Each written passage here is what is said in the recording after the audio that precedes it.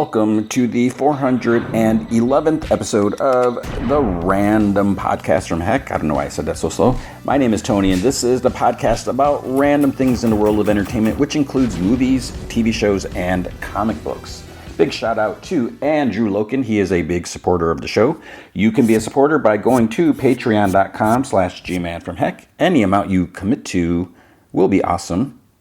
But if you commit at the Rick Jones tier or higher, you get access to the secret podcast from Heck, which is an additional 30 to 60 minutes of extra podcast entertainment every single week. Because we finally finished Star Wars Andor on this show, I started talking about Rogue One, a Star Wars story, going back to the movie that kind of started things off. But because of the way I do things, I decided to split the movie in half and give some commentary and thoughts and everything like that, and ended up being like about 60 minutes of that. And just following this week, we'll conclude the movie, so probably another 30 to 60 minutes. But if you can't commit to a monthly commitment, you can also help out by going to coffee.com/gmanfromheck, and you can buy me a virtual cup of coffee or 4. That's ko-fi.com/gmanfromheck. This week, we have the moment many of us have been waiting for, James Gunn's Superman. So what can we expect for this new Superman, the new DCU? So yeah, we've had Howling, or what is it, Commandos? Why am I not thinking, not Howling Commandos, Monster Commandos? The Commandos cartoon animated show. I'm totally drawing a blank. I don't know why. That was sort of our peek into the DC universe, but now official first movie, and let's save it for later, because there's a lot to say about it, like what this movie does and where we're at. We also will have another episode of Squid Game 3, the second episode. So I'm taking them one by one, as I tend to do things. I find it more enjoyable, and I don't know if you do as well, but I find it, just to really dive into the episodes and just really look at what happened and just, because there's a lot going on here. So we'll see how that goes. We have another episode of Ironheart, which actually I did like this episode. So the fourth episode, all of them are out now, but we're introduced to a couple new characters. One character from the comic, which I thought was kind of cool. I somehow totally missed. I don't know if it was ever announced or anything like that, but it was a welcome surprise. And they made minor changes, but I like what they did, and I hope we see more. Then we have another Murderbot and comic books and some news. So we got some Superman stuff. Salary, let's talk about that. It's kind of interesting thing. And not really that surprising, though, because it turns out David Cornsweet, who did a good job, let's just put that out there. Yeah, he did a great job as Superman. He was not the highest paid actor in Superman. He only received $750,000, which that doesn't seem like a whole lot. When you look at like what's the budget of the movie, and I maybe because there's an unknown of what this movie is going to make. I hope there's some like residuals, some back ends, something like that. But also Rachel Brosnahan, Lois Lane, she also received $750,000, and the experts or people are saying it's probably because neither one has starred in a movie. Even though Rachel Brosnahan, wasn't she in Miss Maisie? I don't know what that show was. Marvelous something. I didn't watch it. Who was the highest paid actor? Nicholas Hoult, which makes sense because he's done a lot of stuff. He's done a lot of really good stuff, a lot of great stuff. He made $2 million. So Lex Luthor got paid more than Superman, and but again, it makes sense because he's got more of a track record. Now, what will be interesting is how much will David Cornsweet get for the sequel, or for his next appearance. Because he's mentioned he's already signed on for a sequel. I would hope it's going to be more. If it's like, hey, we're going to give you $750,000, but you sign a sequel, you'll get 750. We'll give you 755,000 for the sequel. They got to make more. There's got to be some room to negotiate because, like, let's say this movie makes $2 billion. It won't make $2 billion, but let's say it makes $1 billion or something like that. Then, there's some demand for that. So hopefully there's some wiggle room. But like I said, it'd be cool if there was some like back end stuff, because when the studios make all this money, and I know a lot of people don't agree with that, but these movies don't get made without the studios. If you have a movie, even if a movie is like 100 million or actually that's a lot too. But whatever these budgets are, the studios are putting this money up. They're taking the risk, and you see a lot of stuff like with Thunderbolts asterisk. Apparently that was not successful. It didn't make its money back. So you look at the studios are putting all this money out there, and then they're paying all this money to promote it and stuff like that. So it's an investment for them. And yeah, you have the creative side, whether it's the actor, the writer, whoever. They're putting their blood, sweat, and tears into this, but without that funding, they wouldn't be able to do that. At least on the scale that that they're probably able to do that. So it's hard. They should be compensated for that, but it's the studios that's making the big risk to be like, oh, I'm gonna sign on to direct, write, or whatever. You're taking a risk, but it's not, you're not potentially losing millions of dollars, out of your pocket.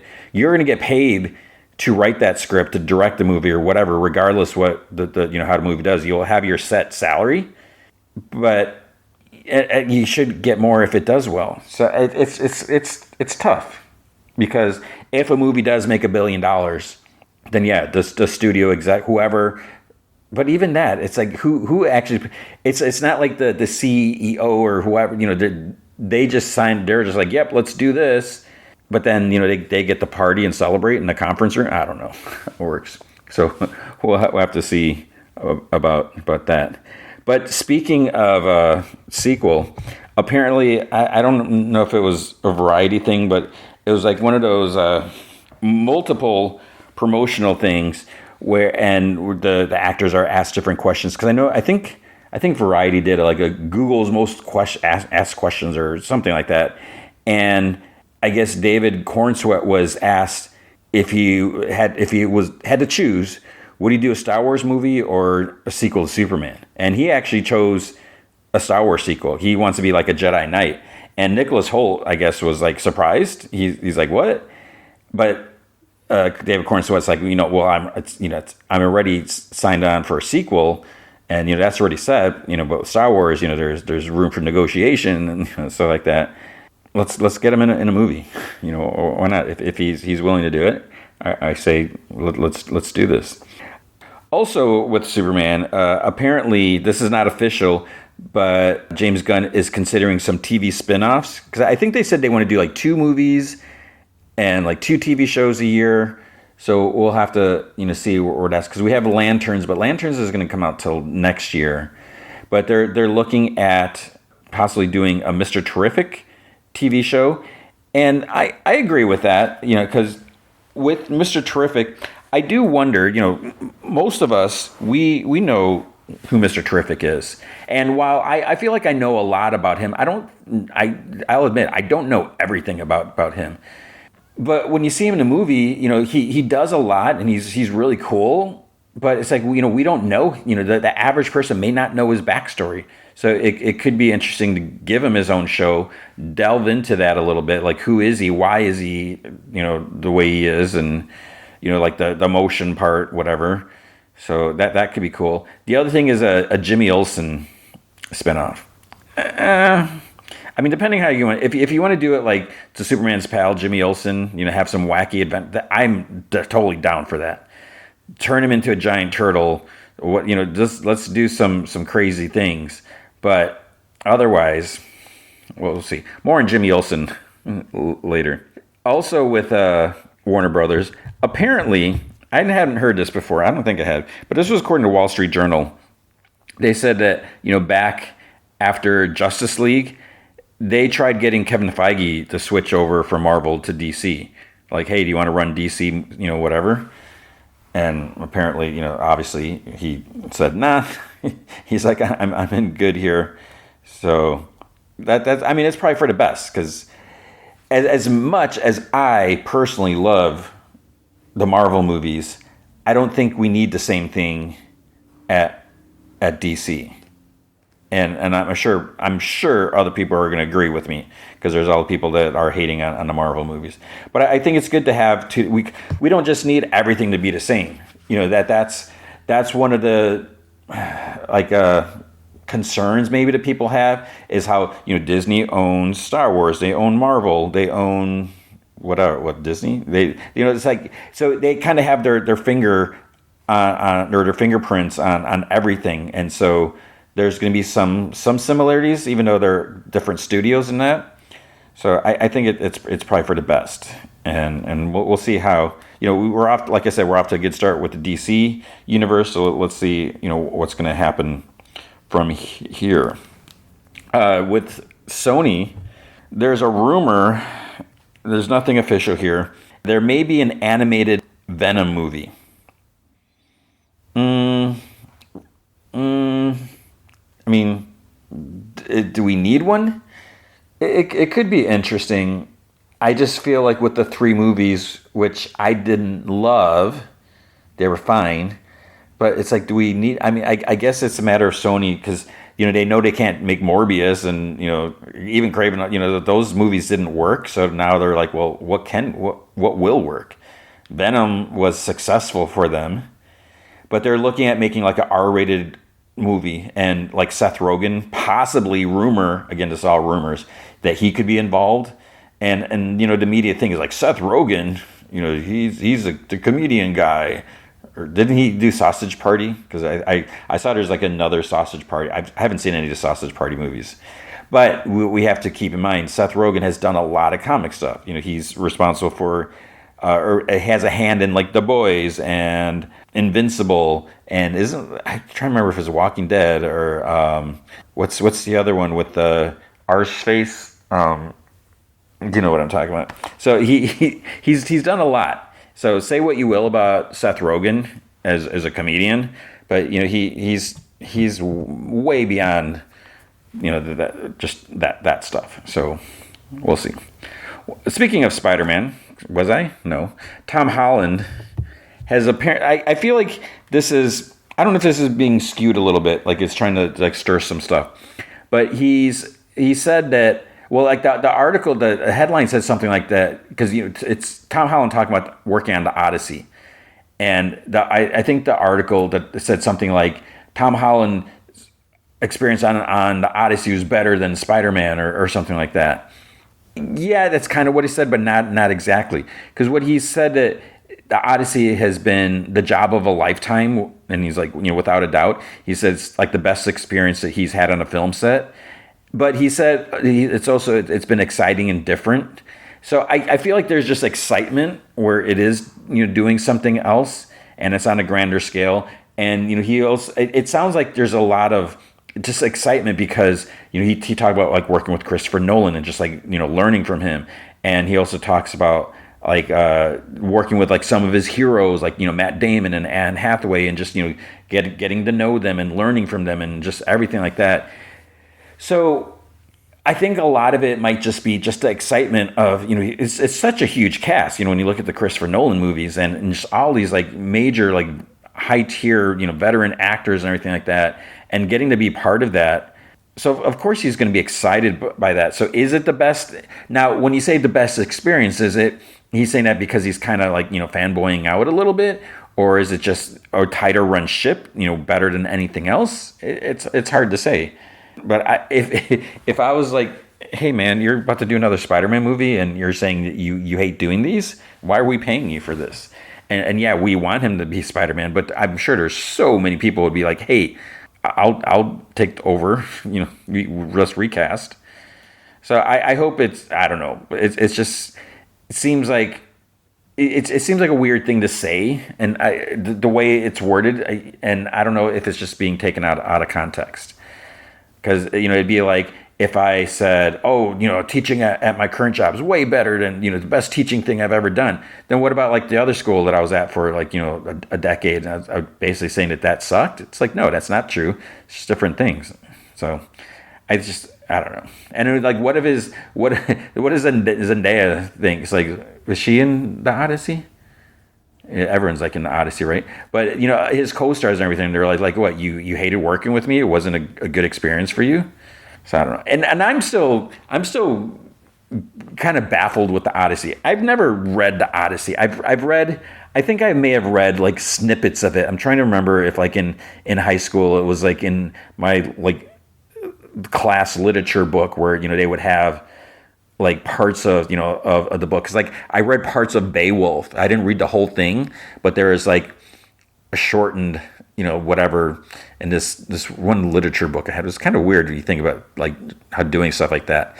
We did actually read full novels as well, but I'm trying to remember if I ever actually read the Odyssey. My school, the kids have read the Odyssey, so it should be cool for them to know the story of the Odyssey. And although I think they read it like in 6th grade, so I think they're getting like a toned down version, like a 6th grade version. I don't know. So I will definitely see it, but I don't know. I think I know the story. We'll find out.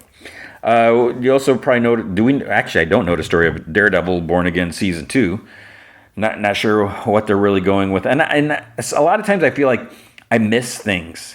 Like I was like, wait, when was this announced? Like going with Ironheart with the one character that appears there. It's like how do I not hear about these things when every week I look for the news and try to report on things. But Daredevil Born Again Season 2 has wrapped filming. Hopefully that'll production, post-production, all that stuff will happen fast. And Kristen Ritter, I almost said Kristen Stewart, she talked about being back on set, and she's like, it felt like it was, she just dived right back in, felt like it was just yesterday, and working with Charlie Cox, and it was great. She didn't want to say too much because obviously she can't talk about any specifics, but she enjoyed being back, so that's cool. There's a trailer for Bambi: The Reckoning. I did not watch it. I'm thinking about these. I'm getting kind of tired of these horror, like Disney whatever spoof movies. It's just like, who's seeing these movies? And I'm assuming they're so low budget compared to like everything else. With that means it's easier to make a profit off of it. But it just seems weird. Like wasn't there like 2 Winnie the Pooh movies? I'm trying to think what else there was. I saw that they're doing like an Aladdin horror or whatever thing where I don't even know if it's like Princess Jasmine or someone gets an Aladdin lamp that like makes the wishes turn out not the way you wanted, which sounds just like oh, that's like the monkey or what, Stephen, or was not the monkey. It's like the monkey hand story. But there's a trailer that came out. I take that back. I think it might have said it was the final trailer. So there may have been trailers for this before. This is the first I'm hearing about Bambi: The Reckoning. Maybe I heard of it and just ignored it.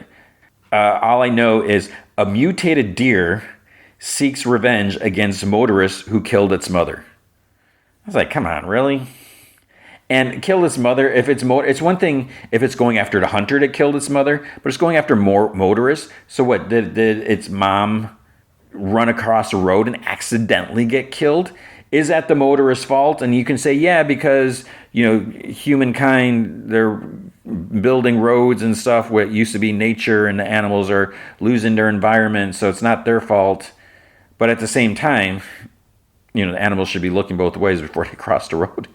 But yeah, I don't know. And I'm so tempted. I saw the trailer, you're just sitting there, the thumbnail. I'm like, what is this? What? How? And I don't even know, like, is it CG? Is it just someone running with like a deer head puppet?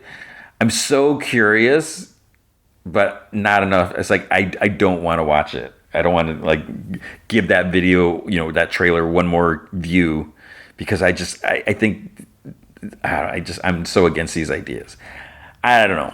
It just seems silly. So if you're into those, that's fine. I think it could be maybe fun. Watching with a bunch of people and just kind of make fun of it. Not taking it seriously. But I don't know, understand, and it doesn't seem that creative. Like, oh, let's make this dark. Let's make this dark. Let's make this well, why not make something new instead of, just doing this? Like, oh, Lilo and Stitch dark. It's like Moana dark. I'm trying to think recent. Let's make an Up movie, but Up was already kind of dark to begin with. I don't know. There was a poster was released for It, Welcome to Derry. And so the show's coming out in October. This is another one that I've actually kind of been avoiding details about this. I'm not really sure how this is working, what's happening. Because from the one trailer I did see that was released a bit ago, it kind of looks are we, we're looking at stuff in the past. It's not the kids like Bill and what are the kids' names? It's not like Mike. It's not them, because we've seen that in It Chapter 1. So it's are they going for? Because I thought they were going further back, when Pennywise first moved to Derry. But it looks like there's some stuff taking place in the 50s. I don't even know. I'll watch it, of course, but I'm just curious because as cool as it could be to flesh out the 50s scene, it's we don't need to see that again because we've just had that not that long ago. So I'm just curious what it's going to be about, but hopefully it'll be good. And the last bit of news, I feel like there's something else, but too late. Murderbot. So I think the season finale has aired. We're a couple weeks behind, so we'll still be covering it for a couple more weeks. But the big question is, as I've been covering it, I keep saying I don't see anyone talking about it, and this is actually the first time I saw news on that. My thought is is anyone watching this? Is this show going to continue? Because if no one's watching, obviously they are probably not going to continue it. But it turns out they are going to continue it. It has been renewed for season 2, so that is great. And the thing what I keep forgetting is that this is based off of some novels. And I saw there's actually another post. I take that back. There was a different post I actually saw on Morning Spoilers. I think Gizmodo. Are they the ones doing Morning Spoilers? Where there's I think some images from the season finale or something like that. I saw a comment where someone said that they're enjoying the show, so that's great. That it's not just me, but I think they said that the designs were different from what they pictured from the books. So now I'm curious. It's I should look into, since I do the audiobooks, I should listen to that. And hopefully you will continue to listen. But that is going to be the news for the week. With comic books at Image, it didn't seem like there was a whole lot that came out. I Hate Fairyland 42 came out. I am so behind on that. I think the last issue I read was 15 or 16. And obviously they renumbered it recently. Legacy numbered it. But I need to get back in there. And I'm sure it's a matter of, because I have the issues, but now it's at the point where it's okay, where are the issues? They're all scattered. I'm sure I could jump in, and I probably haven't missed a whole lot, but we'll see. Someday I'll get caught up. Radiant Black, I'm so behind on that. It got daunting, and I want to praise this because I thought it was such a brilliant idea when they veered off and did two different versions, two timelines. So you had issue 20A and issue 20B. It was brilliant and a great way. And it's not just oh, you're just scam whatever, money grabbing, because the stories were different. And the first issue had a lot of parallels, just slight things were changed, but also it was different artists. It wasn't like the same, like they're just repurposing the same art and tweaking this little panel a bit, and then like let's call it a separate book. So no, there are two different things, and the stories, went pretty different. Like one character died in one timeline and not the other one. So it was really cool. And then they're gonna. I'm assuming they merged the time, because I think I did see that like last year. So man, it's been like almost a year. Because I remember reading it like right before Comic-Con, so I need to get caught up on that. It's a really cool story. And then Unchosen. So this is written and drawn by David Marquez, and it's a cool. His art is. I've always been such a fan of his art. Well, not always, but since I first saw his art, and it's just so solid and. It's what I love about it, and he's always been so consistent. It's just what to expect when you see his art. So now this is really cool that he's writing his own, writing and drawing his own book, and I think that's huge. While I loved him in his work on X-Men, and when didn't he do like Batman, right? It's like it's cool to see him on work on your favorite characters, but at the same time I can't help but be excited for him. Because now he gets to do his own thing. He's owning, this book. So that's great. That's awesome for him. And when we get into the story, it's like, how do you even describe this? So it starts off, we're like thrown in the middle of a story, sort of in the middle of the story. Like it starts off, we see a bunch of kids. They're at like some sort of school. There is some like ability, not sort of like maybe like a magic thing, or they have like some natural abilities, but not everyone has those abilities.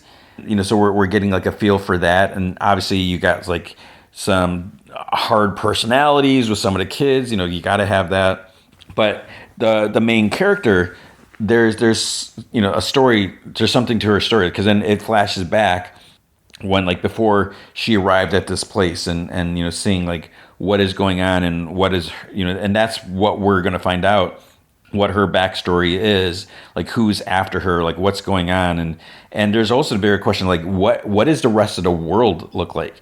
Because when we see this, we get a glimpse in the past. It's like, wait, what's happening here?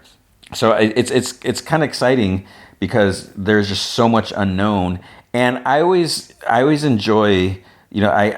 Always try to read like the Image #1 books, when I get a chance, because it's always cool when I love continuity. You know me, I'm a huge that's such an important thing, but it's always cool when we do get a new book, because it's something fresh, and you don't have to worry about like, wait, what happened? Have I read the last 2 issues? Oh no, I missed 3 issues. Now I'm behind forever. So it's always cool when we get something new, because then it's a chance that you're on the ground floor, so you get to see what's going to happen and everything. So definitely recommend checking that out. At Marvel, it didn't seem like there was a whole lot at Marvel either, and it wasn't like the 5th week. I would think last week, with 4th of July, there'd be a little less, but. We had Doctor Strange of Asgard, #5, and I've been kind of on the fence with this one. I wasn't going to read this, but then I was like, well, whatever, I'll check it out. So I did start reading and skimming, because I've been curious about this murder mystery and what's going on. One thing I kind of forget, I'm sure it was mentioned, is like, how come Sif didn't witness the murder, because she's supposed to be able to see everything, and I don't know exactly how, is she always seeing everything, or is it she has to look in a certain direction, but we get some more information, and I think for me, because just five issues later, we're still dealing with this mystery. We get some answers, but now here's a problem for me, is while we get some resolution here, and that it's okay, that's going to be kind of cool, like where are we going to go from here? There's also apparently, because I haven't been reading Immortal Thor, but I've been I remember I don't know if it was the last cover, it might have been last week. It's like, even an immortal can die or something like that. So I was like, oh, someone's dying, and apparently there's going to be like some stuff from here, sort of. So Yeah, and now I'm wondering if I should go back and read that. I forgot what issue it was. I think it says in here to check out Immortal Thor 25. So maybe I need to go back. I don't know if that might have been last week. But this story now, this is the end apparently of this story arc because it's going to be to be continued in Doctor Strange 450. So I guess they're going for some legacy numbering. Then we have Fantastic Four #1, which is it seems kind of silly. It's Ryan North is still writing it. He wrote the last series and what was like 20 something issues, which it's I've been digging it. I would say I've enjoyed it. Maybe like 95% of everything. The only thing that I shouldn't even bother bringing this up. The only thing I didn't really like is how the passing of time was addressed. It's like it was actually happening. 12 issues was like a year in the Marvel universe, and I'm like, you cannot do that. But here it's we're new jumping on point, so you don't have to have read the last run. You should check out those issues. But now we have Humberto Ramos doing the art, so that's cool. And this is, while it's not necessarily One World Under Doom thing, it does kind of pick up from there. But then, stupid Doom, he does something to the team and separates them. I guess I'll even go further. He separates them across time. Because Doctor Doom is just such a big wiener. So, it's how is the team gonna get back together? How are they gonna overcome this? Obviously, they have some sort of contingency plan, but it relies on others. They can't do it on their own. If you get sent way back in the past, you can't just. It's not like they have time machines built into their suits, which maybe they should after this, because if they have a computer built into their suit somehow, and I don't know what the limitations are in that. Maybe they should build a time platform into the belt buckle or something. So yeah, it's things aren't looking too good for the team. One thing that is interesting that I like is they in the narration. Sue's narrating. So spoiler, she mentions that she's the leader of the team. And I think that's awesome, and not just like oh let's elevate women rights and whatever. Yeah, she has proven it. She was the leader of the team before, like way back. Going to John Byrne's run, which I love that run. And while you would say, well, Reed Richards is shouldn't the smartest person be the leader or whatever? Sue is pretty smart herself, and I like the fact that they mentions like she's a doctor. And she was an archaeologist. She's got a degree and she's done her studies, and she's not just a housewife that whatever, they got powers. So I like that they're giving her credit, and even it might even been before John Byrne. I don't know if it was John Byrne or whatever, who always said that she was like the most powerful member on the team, and I think that's great that give her the credit for that. With like, should Reed be the leader? I think Reed can be distracted sometimes. I think he gets too hung up on, oh, look at that. Oh, how did they do this? This is really interesting, and I got to figure this out. And I think that he might get distracted in the heat of things, where Sue can kind of keep more of a level head, and maybe while Reed could probably analyze the scene and kind of look at the big picture, like the way it's created and composed and all the parts and everything like that. I think he could easily get distracted by something like really cool or whatever. And Sue might be able to, just look at it. And, I'll also go ahead and say this, as a mother and everything, when you're a mother, you always have to multitask and everything like that. You do have to keep, not saying that fathers don't or can't, but let's go ahead and give mothers some credit. And so I think that's cool. Now, we'll have to see how to get out of this one. We also had the Fantastic Four First Steps, authorized by the Future Foundation. So this is a tie into the movie. At first, I'm like, really? But then, it's like they're doing a movie tie-in with a cover by Phil Noto. Hmm. I guess there's also Mark Buckingham cover, which looks pretty cool. So they got the likeness of the characters and all that. But even aside from that, I was like, it's a movie tie-in comic. Those are usually kind of weak sauce. But this one is written by Matt Fraction. Matt Fraction. I mean, his Fantastic Four and his Future Foundation run were phenomenal. I mean, it was unfortunate that he kind of had to dip out of that because I forget what else, something else came up. But I loved those runs. That was with Mike Allred. Oh, I loved Future Foundation. It was so good. This is actually it's interesting. So the way they do this, there's even like some old like ads from the time.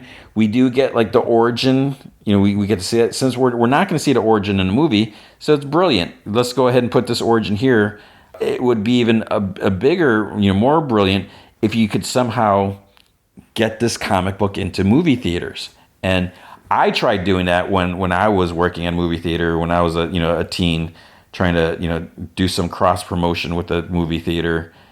And I feel like there's such an opportunity. It would be hard though, because like, how do you sell a comic when people are going to have greasy, buttery fingers from the popcorn? Because you don't want to do that unless you have it like in a sealed Mylar bag. But then still, it's like someone has to carry this comic, and you can say, well, pick it up after the movie, because sometimes they give away the little mini posters, which I think are cool. But I think there's like such an opportunity. It's like, oh, you just saw this movie. Now you can read more. They should have like little kiosks or something where you can buy a trade on your way out. Especially, I don't know, if it were me and I was seeing a movie with a kid, I would be like yeah. And plus, you're encouraging kids to read if you want to look at it like that. And yeah, the parents could just take their kids to comic store, but a lot of parents aren't even aware that comic stores exist, and with a lot of them fading away because times are hard. But going back to this, so we get a story, and what we do, we see Mole Man. So we get to find out who the Mole Man is, and I forget the actor's name because I don't know if there's rumor as to who is playing him, but he's definitely got that one dude's likeness. I think it's a guy from like Blackbird and Stingray from Cobra Kai, right? Am I just crazy? Yeah, I just looked it up real quick. So Paul Walter Hauser. So he's listed on the IMDb page, but he's not given a name, and there's some speculation about that. People are like, you can be Mole Man, and the comic, like I said, it has his likeness, so I would say yeah. The interesting thing also, which a little segue, is I think I saw, because John Malkovich is listed on IMDb, and I think I saw that he was completely cut from the movie, and I don't know if they ever said who he was playing, but that just seems weird when you would do that, unless you're going to save it. I don't know. So yeah, the comic is about, you see Mole Man and Subterranea, and interesting. Mole Man's there's a slightly different take on him. You should check that out. We have another It's Jeff comic, Infinity Pause. I was gonna read this, but then writer Jason Liu. No offense, Jason Liu, but Jason Liu is not Kelly Thompson. And I looked at like some preview. I was like, no.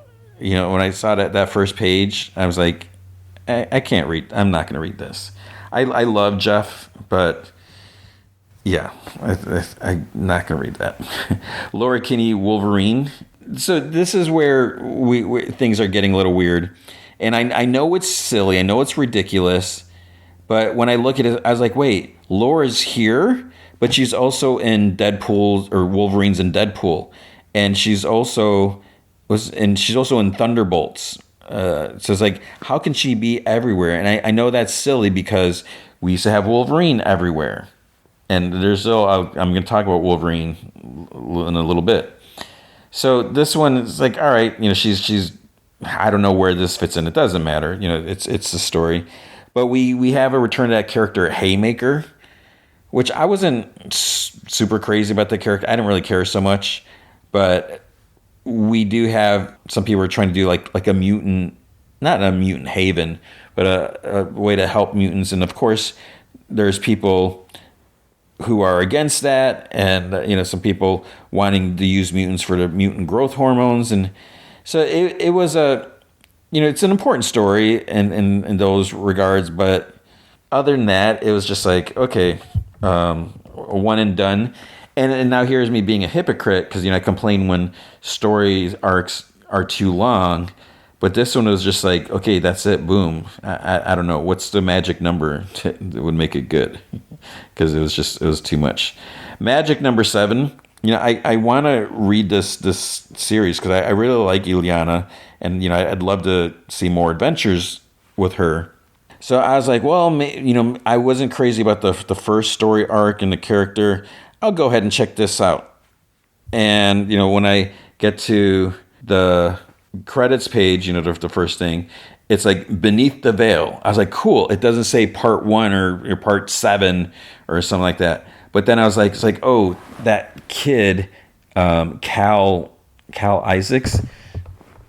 I think that's that kid that, and it is. And I started reading it, and I don't even know like what Danny Moonstar has been doing. She's like with this organization, and there's kind of like this attitude. And I started reading it, and I was just like, it's not for me. So I don't know. Well, I don't know if I'll read the next one, or probably not. Then we have what's this called? I don't even know if there's a name for this. Marvel Swimsuit Special, I guess, is what it is. Yeah, I don't even know. Like, is there actual story here? I think there is, but yeah, I mean, whether there's a story or not, because at first I thought it was just like the Marvel Swimsuit Illustrated or whatever, but I guess there's more. I don't need to read that. Then what I don't need to read, but I did. Miles Morales, Spider-Man 35. Ugh, what was this? God War Part 4. It feels like it's been more than 4 issues. Oh my gosh, this is just all this stuff with Anansi and with Ares, and we find out more like what is Anansi, like what's Anansi's reasoning for certain things, and why is Anansi and the Olympian gods or Ares, why is there just such a problem? And oh my god, I cannot stand the direction of Miles Morales. It is just, I don't understand. It's just I'm not into it. I can't get into it. We had a Predator Black, White, and Red. I didn't check that out, so I don't know if. But there was a story by Joe Kelly and Alvaro Lopez. Elliot Rihal, he's good. I haven't read. I don't know if I've read stuff from him lately. Elliot and Brian Lovell, and then there is a story Sarah Gailey and Fran Galen. So my thing with this, I applaud these books because again, here you have 3 sets of creators. They get to tell a Predator story, and for them it's probably like, this is cool, this is awesome. I love Predator. Got this really cool story I want to tell. So you have all that, but for me, when I look at this, it's like I don't necessarily need to read a bunch of different Predator stories, especially if they're going to all take place on Earth. That was, there was that recent Predator animated movie that came out. I watched the first part. I don't even remember what it's called. I started to watch the second one, and I think I did see the second one, or was it just whatever? But I'm just like, it's like the same story, and apparently they're not all the same thing. But it just felt like oh, human versus Predator. Oh no, people are dying. But then the human wins and the Predator loses. And in the second one, it's like, oh no, people are dying. And then, a friend of mine is like, well, maybe they're not all going to survive. And I don't know if there's supposed to be like some connection. And I'm talking about the animated show, I should be talking about the comic. But just for me, when you have all these different stories, it's too much. And I feel like predators shouldn't have been coming to Earth like every year, every 10 years, or because then how come there's no record? No one reports it or records it. It's just like no one knows what's happening. I don't know. Red Hulk #6, man. How is this? See, this is another one. This is only issue 6.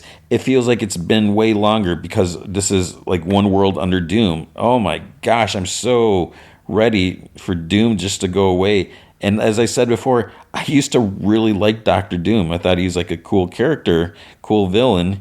I can't stand all these issues, all these story, and a lot of them, like Doctor Doom's not even in them. It's just his name's on the banner, and I just do not care for them. So yeah, more with Red Hulk. Red Hulk was arrested for being a traitor, and it's like, wait, what? And he's being held, and yeah, and then there's stuff with Deathlock and Machine Man, and it's so disappointing because this is another one that I want to like and get into, but I'm just struggling with it. Legacy of Vader issue 6. This is another one. I don't know if I should be reading this. Reign of Kylo Ren. Yeah, I don't know. I mean, it's by Charles Soule and Luke Ross, so maybe it would be good. I've said before, I feel like this is just Rise of Skywalker. It's like, is there something to be told here? But since Charles Soule's writing it, because I don't think he would just do an adaptation. So maybe, and why do an adaptation now after all this time? So there must be more to it. I should go back and check those out. Then we got another One World Under Doom, Superior Avengers. Ugh, this is, what number is this, 4? I'm not reading this. Yeah, I can't get into these characters. Ultimate Spider-Man Incursion, number 2. And here, again, more Miles Morales. And he's in the Ultimate Universe because his sister accidentally veered over there, and I think she's like 11 months old. And yeah, I'm just not into this book, and it's just I don't understand. I do not understand what is going on with Miles Morales. Like, why are these stories not interesting? And I mean, are people looking at this? Actually, what I did do, I will admit this. I haven't checked it recently, but I think I looked.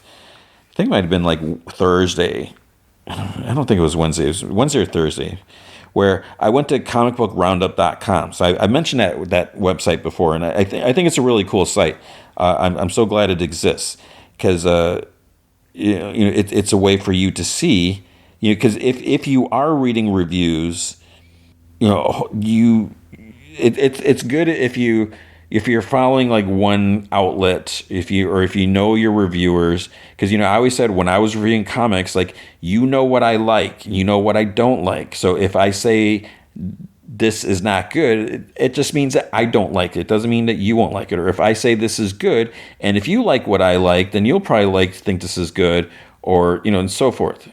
And it's also important not just to listen to one reviewer, one outlet. It's good to have some variety, just because reviews are so. I feel like they're so subject. They're so arbitrary, whatever. Because it's just a person's opinion, and it is kind of weird when I was doing a review like, this is the Comic Vine review. It's like, well, not really. It's my review, and I'm not saying like because mine wasn't the only voice there. There were other people doing stuff as well, and regardless, I was an editor-in-chief or whatever. When I was doing the reviews, I'm just another writer, another reviewer.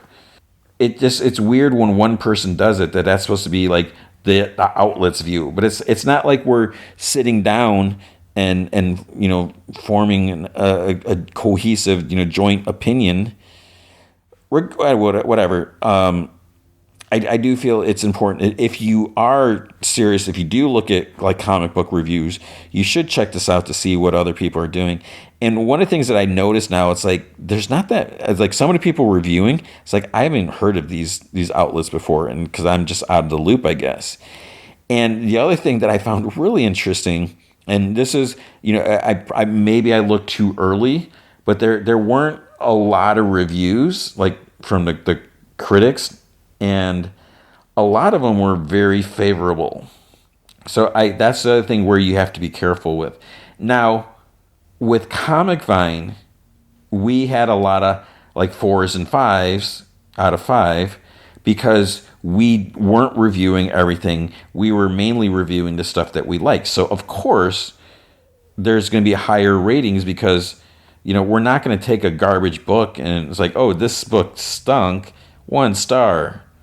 Because that's not fun, and it's no one needs to just poo-poo all over something.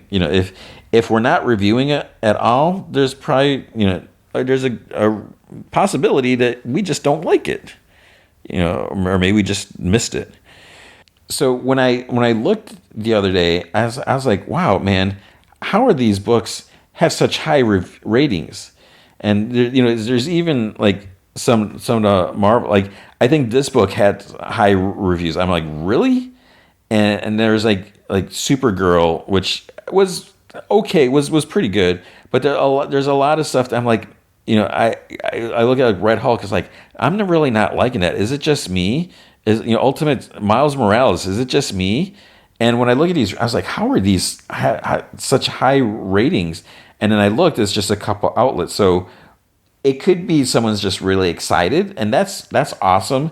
I hope for these books, as much as I don't like the Miles Morales comics, or whatever, I hope it's making someone happy, that someone is enjoying it. They think it's cool or whatever.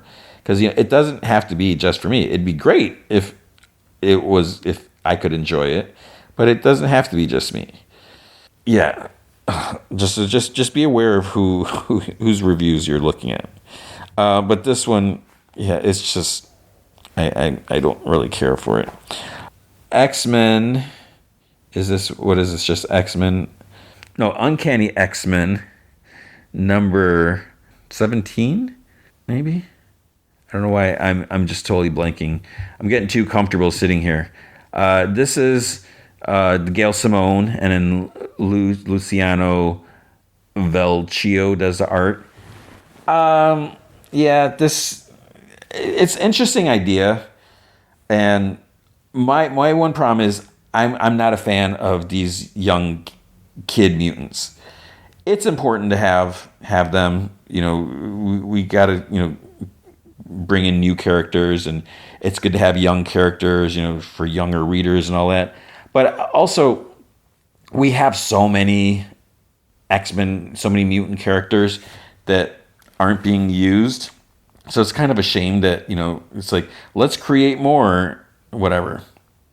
So I'm not super crazy about these kids. And I do think it's weird how they're all like living in this, like, with these people like on their farm. It's like not even a safe, secret headquarters.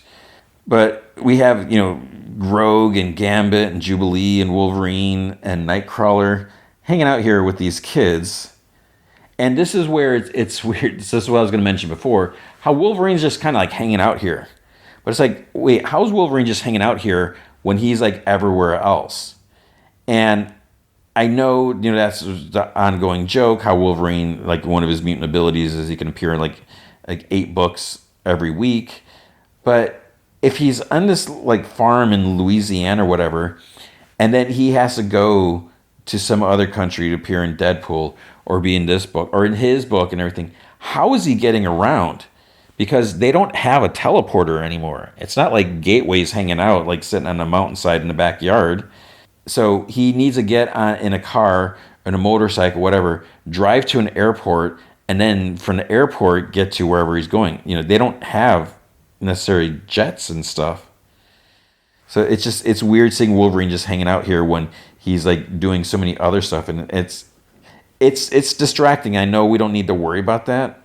But anyways, the story here, someone's making a movie where a mutant is a killer, and they're getting revenge, and the mutants are very concerned because things are already bad enough. The public opinion of mutants is bad, but now you're making them out to be literal monsters, like killer monsters.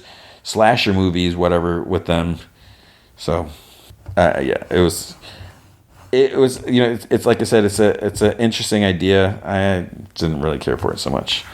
Then we have Wolverine and Kitty Pryde. Yeah, I tried reading this. So we got this. I guess this character's name is Domina. Domina lives, Kitty dies. So I guess they're killing Kitty Pryde. No, you can't do that. But then, because I just started skimming, then at the end, I'm like, wait, are these word balloons mixed up? Because that Kitty has short brown hair, and there's someone with kind of like reddish hair, and it sounds like those words should be coming out from Kitty. So I don't know if they switched bodies. Did I miss that because I wasn't reading it? I don't know. I wish I liked that book more. At DC Comics, we had Absolute Superman, number 9. When I checked this is another one I was thinking about. When I checked this on comicbookroundup.com, it was like at a 10.0, and I think there might have only been one review or two reviews or something like that. I'm having such a hard time with Absolute Superman. I will say, like I keep saying with the Absolute books, I think it's great that they're flipping things on its side. They're kind of, taking these bold steps, making things different or whatever. But when I read this, it's like, I don't care. I can't get into these versions of the characters, and it's just not appealing to me. I don't know. I did think it was cool when you had the flashback to Krypton and seeing Kal-El with his mom and dad, and it was a different take on Jor-El and Lara, but how like Lois's position, and then we have like Ra's al Ghul here, which is interesting that he's here and not in Batman. But yeah, I'm kind of struggling, and I'm at the point where it's like I don't know if I want to keep reading this because it's not fun for me, and I don't want to, and I know people are really enjoying it, and again, that is awesome, but it's just hard for me to get into it, and I don't want to sit here and just say, yeah, I didn't really like this, and you're like, what are you talking about? I loved it. And I don't want you to question if you have good taste or not, if you don't agree with me.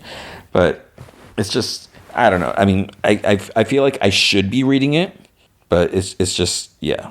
Okay, then we have Supergirl. This is issue 3. What was interesting, like the first issue, Supergirl decides to go to see her parents, the Danvers, and then it's like, wait, there's already a Supergirl there, and they're calling Kara like an imposter. We find out like what's going on there, and it's a little wacky without being completely silly. So it's telling this slightly absurd story, but with some, it's like, okay, I can buy that. That makes sense. So it's kind of interesting to see like what they're doing here, and yeah, things take a bit of a turn. But I do like the way Supergirl is being portrayed, and I will continue to read this because I think Supergirl deserves to have a comic, and it's just, it was so weird like the longest times when we don't have any. It's like, why does Supergirl not have a book? Then we have Green Lantern Corps number 6. This is okay. It's weird as I sit here and about to say that I'm not loving this, because for the longest time I didn't like when Green Lanterns were part of the United Nations of Planets, and I was like, I miss Oa, I miss the Guardians of the Universe or whatever. Now that we're going back more towards the status quo, it should be exactly what I want to, but I don't, maybe because there's a little more like bureaucracy. I can't even say that. But it's just, I don't know. And without spoiling, does it say on the cover? But there's a return of one character, which is kind of interesting. And then we had Action Comics 1088. This was I like this. This is a flashback. This is a Superboy story. I'm down with that. If we're going to have so many other Superman, stuff, why not like take Action Comics and let's go ahead and veer into the past and spend some time developing, especially if we're tweaking the continuity a little bit or the timeline. Let's go ahead and have a Superboy story. So there's some fun things here and some interesting. Then we had a Trinity, daughter of Wonder Woman. I forget what issue this was. This is a cute book. Tom King's he's doing a good job here. I was just telling my friend because we were talking about the Supergirl Woman of Tomorrow whatever series, and I didn't love that series, and that's what the movie is possibly being based on, which is concerning. I was like such a big Tom King fan in the beginning, and and like when he was writing Grayson, and even though they turned Nightwing into like a secret agent, I was like, this is funky stuff, and but then things, I don't know, maybe it was like Heroes in Crisis where that kind of put a bad taste in my mouth, and some of the stuff, but then you got like, oh, Mr. Miracle is amazing, but some of the other stuff is like, it's been like hit or miss with me. Like Human Target, it's like I was so like curious and intrigued, like where is this going with, but with Trinity, and backing up, like this Wonder Woman's it's been kind of hit or miss with me, a little more hit than the miss, but I feel like not a whole lot. I'm still curious, like what was up with the Amazons being like the Amazon that was arrested at the pool hall, or it was like wanted, and it's like because at one point it's like, wasn't she pregnant? And then it's like, wait, who's Trinity? Is Trinity really Wonder Woman's daughter, or is it someone else's daughter? It's like, what's going on? But then what makes this interesting is because we've been seeing these Trinity backup stories, and she's such a cute little kid, just personality and everything. But what's interesting here is Trinity was like split into 3 different versions of herself, like different age groups or whatever ages, and I guess I can say it, but we get some like kind of like we get a flashback story like where one of the Trinities meets a Robin, and I won't say which one, and have to team up, and because another Robin's been turned into a corgi or something like that. So yeah, so interesting things. We had Superman Treasury 2025. When I saw this, I was like, is this a reprint? What is going on? But it's like 2025. And it's like Dan Jurgen. I like Dan Jurgen as a person and as a writer. So I'll check this out. This was I forgot how long this was. This was like an oversized, and it's like a big book, large size, because it's Treasury size. So that's cool. It's like loaded with characters, and there's so many, there's a lot of big things that happen, and some bold moves, and it's at first I was like, this is just gonna be like, Superman movies coming out, so let's just put out like random Superman comics to try to sell more. But I think this was a good adventure, whatever, and there's a lot of crazy things happening. Batman and Robin 23. I think this is still continue that Memento stuff, which I just can't get into. There might be some conclusion, some stuff, but yeah, I don't even remember because I started skimming it, and I don't remember the last thing that I read, and if there's more after that. And then that's all I read. There was a Aquaman #7. There's Fire and Ice. There's Gotham City Sirens. But what is interesting, speaking of like the oversized, they released, I forget the name of it. There's a All-Star Superman #1, and I should find out what this is called. I should look this up, because the only reason I speak of it is I saw Jimmy Palmiotti. He posted like a review sort of it like that. He picked it up, and he thought it was cool, and it's all black and white, and it's the first issue, so it's a great way to really look at the art. And he made a good point. He's like, it's a way also for you to see like how much the colorist does, how it changes just the whole vibe of it. I think it's called DC Work in Progress, WIP, and it's $14.99. So it's expensive, but it is a really good book. So go to Jimmy Palmiotti's Instagram, and he posted it. I think it was a Thursday, and if we see more, he was kind of hinting. He's like, if they did more by certain artists, he's like, I would get those too, because it's not like, I don't think they sent it to him. I think he actually picked it up, or maybe they sent to him. I don't know, but it'd be cool to see like Amanda Connor, like just her art like this, and then it is. He mentioned it was digitally inked, so it's not just the pencils, because that could be kind of tricky. If it was just pencils, it might be kind of hard to see things. So it should at least be inked. But yeah, so it looked pretty cool what he was showing. But $14.99, that's it would be cool to have. That's just hard for me right now to think about that. I don't know. I'd be tempted. But hopefully you are tempted to continue listening. Oh, I forgot to mention there was Transformers 22 came out. I did skim through that, and it's like, I have no idea what's going on. There was some stuff like General Flag was here, and I need to get into Transformers, but I'm struggling with that. But that is it for, like I said, hopefully you are tempted to continue listening, but that is comics for the week.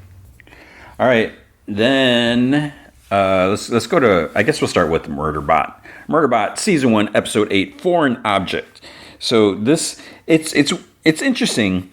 Again, with the 30-minute format, I like that it gets to it. So, but with this episode, it almost feels like not a lot happens, but some important stuff does happen. It's not heavy on the action like we saw, like especially the last episode, but there's some big things moving the plot forward. And say what you will, I mean there's a lot of character development, and I do wonder, how many people are watching this show, because one, it's an Apple show, and I feel like not a lot of people watch a show unless it's something like Severance or whatever, it gets immediate attention. And even with that, it's like I feel like not everyone was watching that. So I don't know, if I never see or hear anyone talking about Murderbot. So it starts off with a scene from Sanctuary Moon. So the one Navbot was reprogrammed apparently.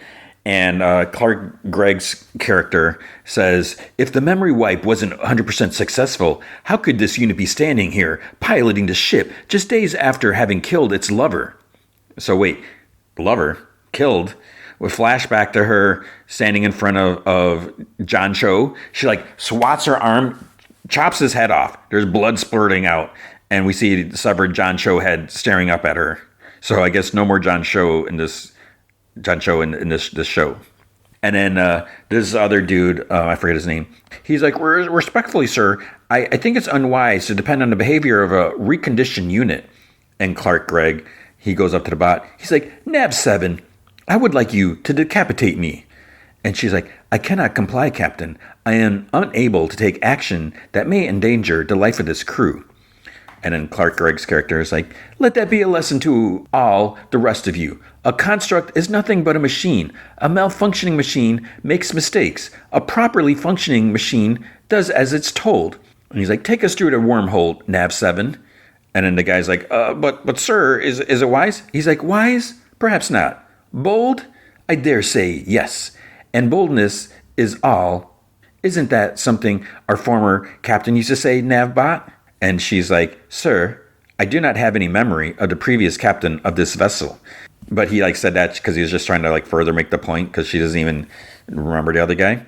And he's like, oh, and Navbot, smile. And then she gives a fake smile. And then she hits the controls. The other guy's like, Captain, something's wrong. We're not going through the wormhole. We're skirting the event horizon. We'll be stuck in the continuum forever. And then Navbot, she's like, yes, haha, forever, as all time passes into infinity. And the guy's like, Captain, it's too late. The bot has jammed the control. And then she takes out a guy, the captain is tried sicking on her. And then she goes up to the captain. When you inducted me into this hideous religion called love, you took away the only human who has ever shown me kindness. He like stabs her, smiling, and she's like, "You have taken away my reason for living, or letting you live. Now, Captain, smile." And she starts squeezing his head. And then the show pauses, and Sec Unit narrates. He's like, "Wow, I had not expected the Navbot would kill the whole crew." And Mensa's like, "What do you think?" And he continues narrating to himself, like, "What do I think? I think I need to find out whether it kills Flight Officer Sklanch," that was his name, the other guy, next. "But I guess I got to deal with this poop first." So Rathy's like, "Grathan's looking worse by the minute." And they're like on top of a cliff top, like over the habitat. And Mensa's like, "We need to get him down to the med bay." And Sec Unit's like, "Yes, without all getting killed." And she's like, "No vehicles to be seen. Where are they?" And Sec Unit narrates. He's like, "Yes, where are they?" Rathy to Sec Unit is like, "Okay, so I'm thinking I go sneak in, kind of like stealth, kind of like scope it out, whatever. Like maybe this time I take an even larger gun, just in case." He's like, "Are you with me? Come on." He wants a fist bump, but Sec Unit just like walks past him, picks up a transponder in a tree, and Rathy, because he asks about it, Sec Unit's like, "The surveillance cams I left in the habitat have been sending data here." And Rathy's like, "Oh, Secchi." He's like impressed. On the hopper, Baradwaj says that Grathan's temperature is spiking. They check out the video from the cameras. Then they see like 3 Sec Units and a couple other people come in. Pinley's like, "That's the kind that kicks Sec Unit's butt." He doesn't like that so much. Then Mensa zooms in on a dude's uniform and she's like, "Can anyone identify that marking?" There's like a logo. Pinley looks it up and it's like, "The insignia belongs to Grey Chris, some kind of mining company." Mensa asks if anyone's heard of them. Baradwaj points out something like, "Look, what's that?" And then a woman looks into the camera and she's like, "You knew we were coming, so I assumed you'd have some way to watch while we're here. We're the ones who disabled your beacon, and you killed our colleague, so let's just call it a wash. Delt Falls beacon is gone too, so if you want to get off this planet, we're going to have to cooperate. All of this has been a huge misunderstanding, so as a gesture of good faith, we're planning on leaving your habitat. Run all the security checks you like, but I think you're smart enough to realize that we have to talk. So let's meet at this rendezvous point at this time, whatever, and we can come to an agreement. Please. This doesn't have to end in violence." And then the video ends. Baradwaj says that they have to get Grathan down there, and Sec Unit's like they have no reason to believe the person in the video. It's like there could be traps. And Rathy's like, "We'll be ready." And he thinks that they handled themselves. He's like, "I think we handled ourselves pretty well in our last punch up." And we see Rathy like throw his spear and it gets caught by the other Sec Unit and he like curses and runs back. Baradwaj, she's like, "I felt like a warrior." And we see her like the flashback. She throws a stone that hits Sec Unit in the head. And then they're like, "What about Arada?" And then we see her run screaming to the other Sec Unit and just pretty much bounces off it. Rathy's like, "And what about this absolute maniac," referring to Pinley. And she's like, "Don't call me crazy because I will fudge you up." It's like, okay, whatever. Rathy looks at Sec Unit. He's like, "You're not the only rogue on this planet, mate." And the Sec Unit looks, he just says, "Your odds of surviving another physical altercation are extremely low." Mensa's like, "If there's a chance, we have to go. Grathan needs medbay right away." And Grathan's like, "No." He's like, it's suicide." And they like start arguing, and Sec Unit narrates like, "There was clearly no stopping these lunatics." So he grabs a blaster and he's like, "Don't move until I've secured the area." So he points to Rathy, "Especially not you." And he turns his helmet on and walks out. Rathy's like, "What the hell did I do?" Sec Unit walks onto this habitat. He's like scanning. He goes inside, scans. He's like, "Scan complete. It's safe to enter." So then they get there and he wonders, he's like, what did Grey Chris want? And why had they killed everyone at Delt Fall? There was plenty to figure out, but first, repairs were needed. Baradwaj's like, she's like, "Gas gangrene. The projectile carried the fabric into the wound and it's necrotizing." So when Grathan was shot in his leg, part of his uniform went into his body or something like that. The Sec Unit says, or thinks, Dr. Baradwaj was not a doctor, but who was I to remind him? Baradwaj, it's like, "The system can laser out anything, no problem." And she asks Rathy for the painkillers, but Rathy's like, "No painkillers." Mensa tries like arguing, like tries talking to him. And then she's like, "How long will the procedure take?" And Baradwaj's like, "Oh, about 10 minutes or so, maybe." Grathan's like, "That's okay, that's fine." Mensa's like, "That's just stupid." He's like, "This is how it started." Because he was like addicted to, I guess, painkillers or whatever. He's like, "Please." He's like to he's like, you restrain me, Sec Unit. And Sec Unit's like, sure, I can restrain you. And then he narrates, then Garathan and I must have had the same thought at the same time, which was creepy. And Garathan's like, unless. And then Sec Unit's like, he says, with hardwiring, it's possible. And Rathi's like, sorry, what is possible? And Sec Unit's like, blocking the central nervous system of an augmented human to stop the pain. Mensa's like, are you sure it'll work? I've done it before. I just need to plug into him. And Mensa's like, you are telling the truth, or did you get this off Sanctuary Moon? No, I did not get it from Sanctuary Moon. And Garathan utters, he's like, just do it. He's like, I need a hard wire. He's like, use mine. So then Sec Unit narrates, he's like, I was telling the truth. I hadn't seen it on Sanctuary Moon. I'd seen it on Med Center Argala, episode 502. They always claim the cases on the show are drawn from real life. And Sec Unit's like, it wasn't long ago you plugged into me. And he narrates, he's like, so I figured it might work. Garathan's like, I remember. And then Sec Unit's like, well, let's hope you still remember after this is over. And he narrates, it was weird, like I was looking at myself through Garathan's eyes. The last time Garathan and I were hardwired, I was totally out of it. This time, I was in control. And then Garathan's like, I can't see. And Sec Unit's like, relax, I just turned off your sense of sight. It's better if you don't see this. And he tells Baradwaj to start. So then some like robot pincher hands start moving because she has her fingers on controls. And they start going into the knee, like to, I guess, remove the fiber or whatever. And he Sec Unit narrates, by the way, I wasn't doing this to be nice. It was just preferable to hearing Garathan scream. Plus, I could look around in his head while Baradwaj was looking around in his leg. He had tried to rummage around my data, so it was only fair. Who knows? Maybe there was something useful in there. The thing was, once I started looking around in there, I got lost. This wasn't like a normal machine database. It was a wilderness of organic goo and feelings. So then there's like talks. He says something about loving others. I don't know if he says something about kids or whatever. Then he's like, why can't you love me back? And Sec Unit says out loud, why can't you love me back? And even though he said it quietly, everyone heard him. They're like looking at him. It's like, why can't you love me back? And it's like they're all kind of like awkward. Why can't you love me back? And Pindley's like, Sec Unit? Like, and it kind of snaps him out of it. He's like, I should have just minded my own business. And he's like, can we hurry this up, please? Garathan's like, did I say something? And Sec Unit right away is like, no, you didn't. Quiet, please. Baradwaj finds what she's looking for. And she's like, okay, got it. Almost done. And she tells our Arata to seal it. And she tells Sec Unit that they can unlink. And Garathan's like, one moment. And then, I guess he reverses it. Sec Unit narrates, and then, too late. I realized what a clever SOB Garathan was. He'd gotten past all my defenses. He'd seen everything. And it's like, Murderbot. Sec Unit pulls a connection. And Garathan's like, murder. And Mensa's like, Garathan, are you okay? And he looks at Sec Unit. He's like, I was in there. I was finally in there. Rathi or someone's like, in where? And Sec Unit's like, he's delirious. Garathan's like, inside of it. And Sec Unit's like, stop. Garathan's like, it calls itself. He's like, no, don't.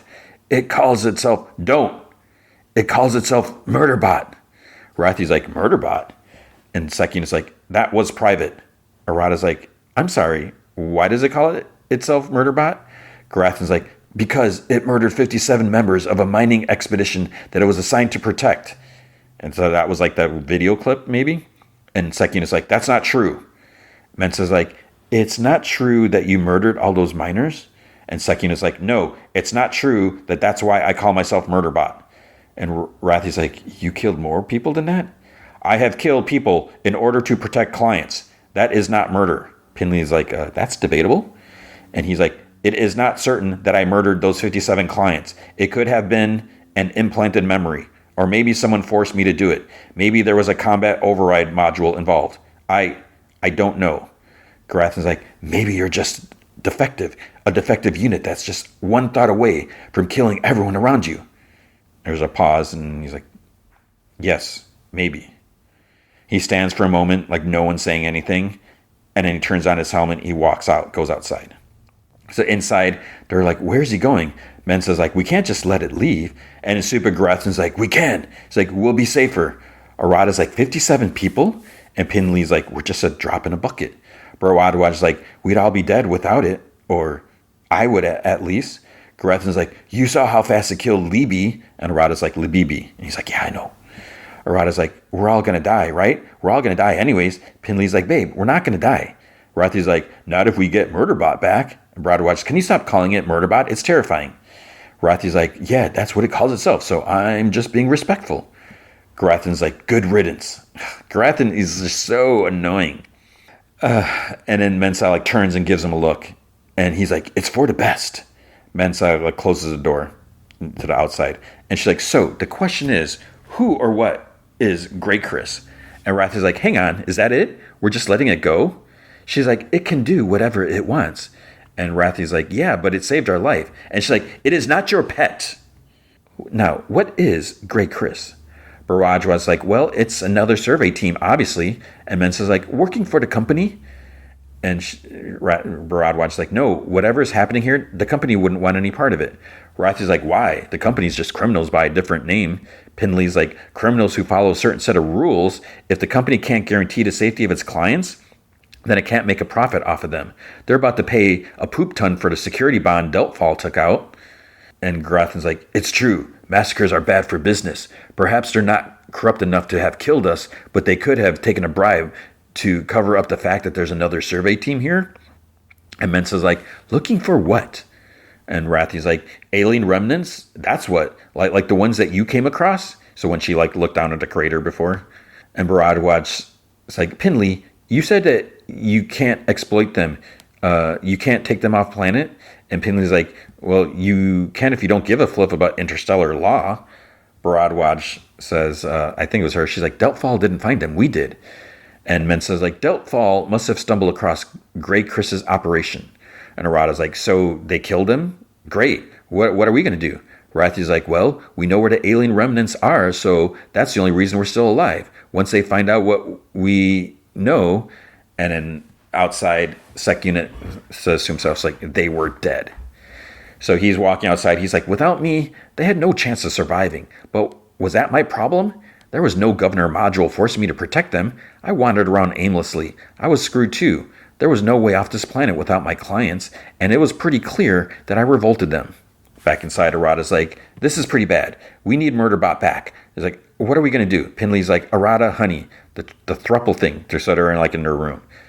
And she's like, yeah, I know the timing is bad. Then Rathi like knocks, comes in. He's like, hi, you two. And Arata's like, listen, Rathi. He's like, no, wait. He's like, I've got something to say, and we might not make it through this. So he tells them both to sit down. He's like, I realize that I want to live my life with as much honesty as I can, and I don't think I can do this anymore. The tripartite arrangement, something like that. And the two kind of look at each other. Pinley's like, oh, that's too bad. And Rathi's like, because I'm falling for one of you and not the other, then that's a teensy bit of a problem. He's like, I'm sorry, Pinley, but I'm falling in love with you. And Arata's like jaw drops because she's like shocked. And Pinley's like, I don't even. And Rathi's like, Arata, I didn't mean for this to happen. And she's like, yeah, I know, but are you sure you got it right? Because and Pinley's like, what? Is that unlikely? And Arata's like, Pinley's like, I'm not saying it's what I wanted, but is it that unlikely that he would be into me and not you? And Arata's like, no, that's not, I didn't mean that. And Pinley's like, I mean, you think I'm attractive, right? And Arata's like, yes, 100%. And Pinley's like, so then why shouldn't this guy? And Rathi like smiles. Then Arata's like, do you guys want to talk? Because I can't.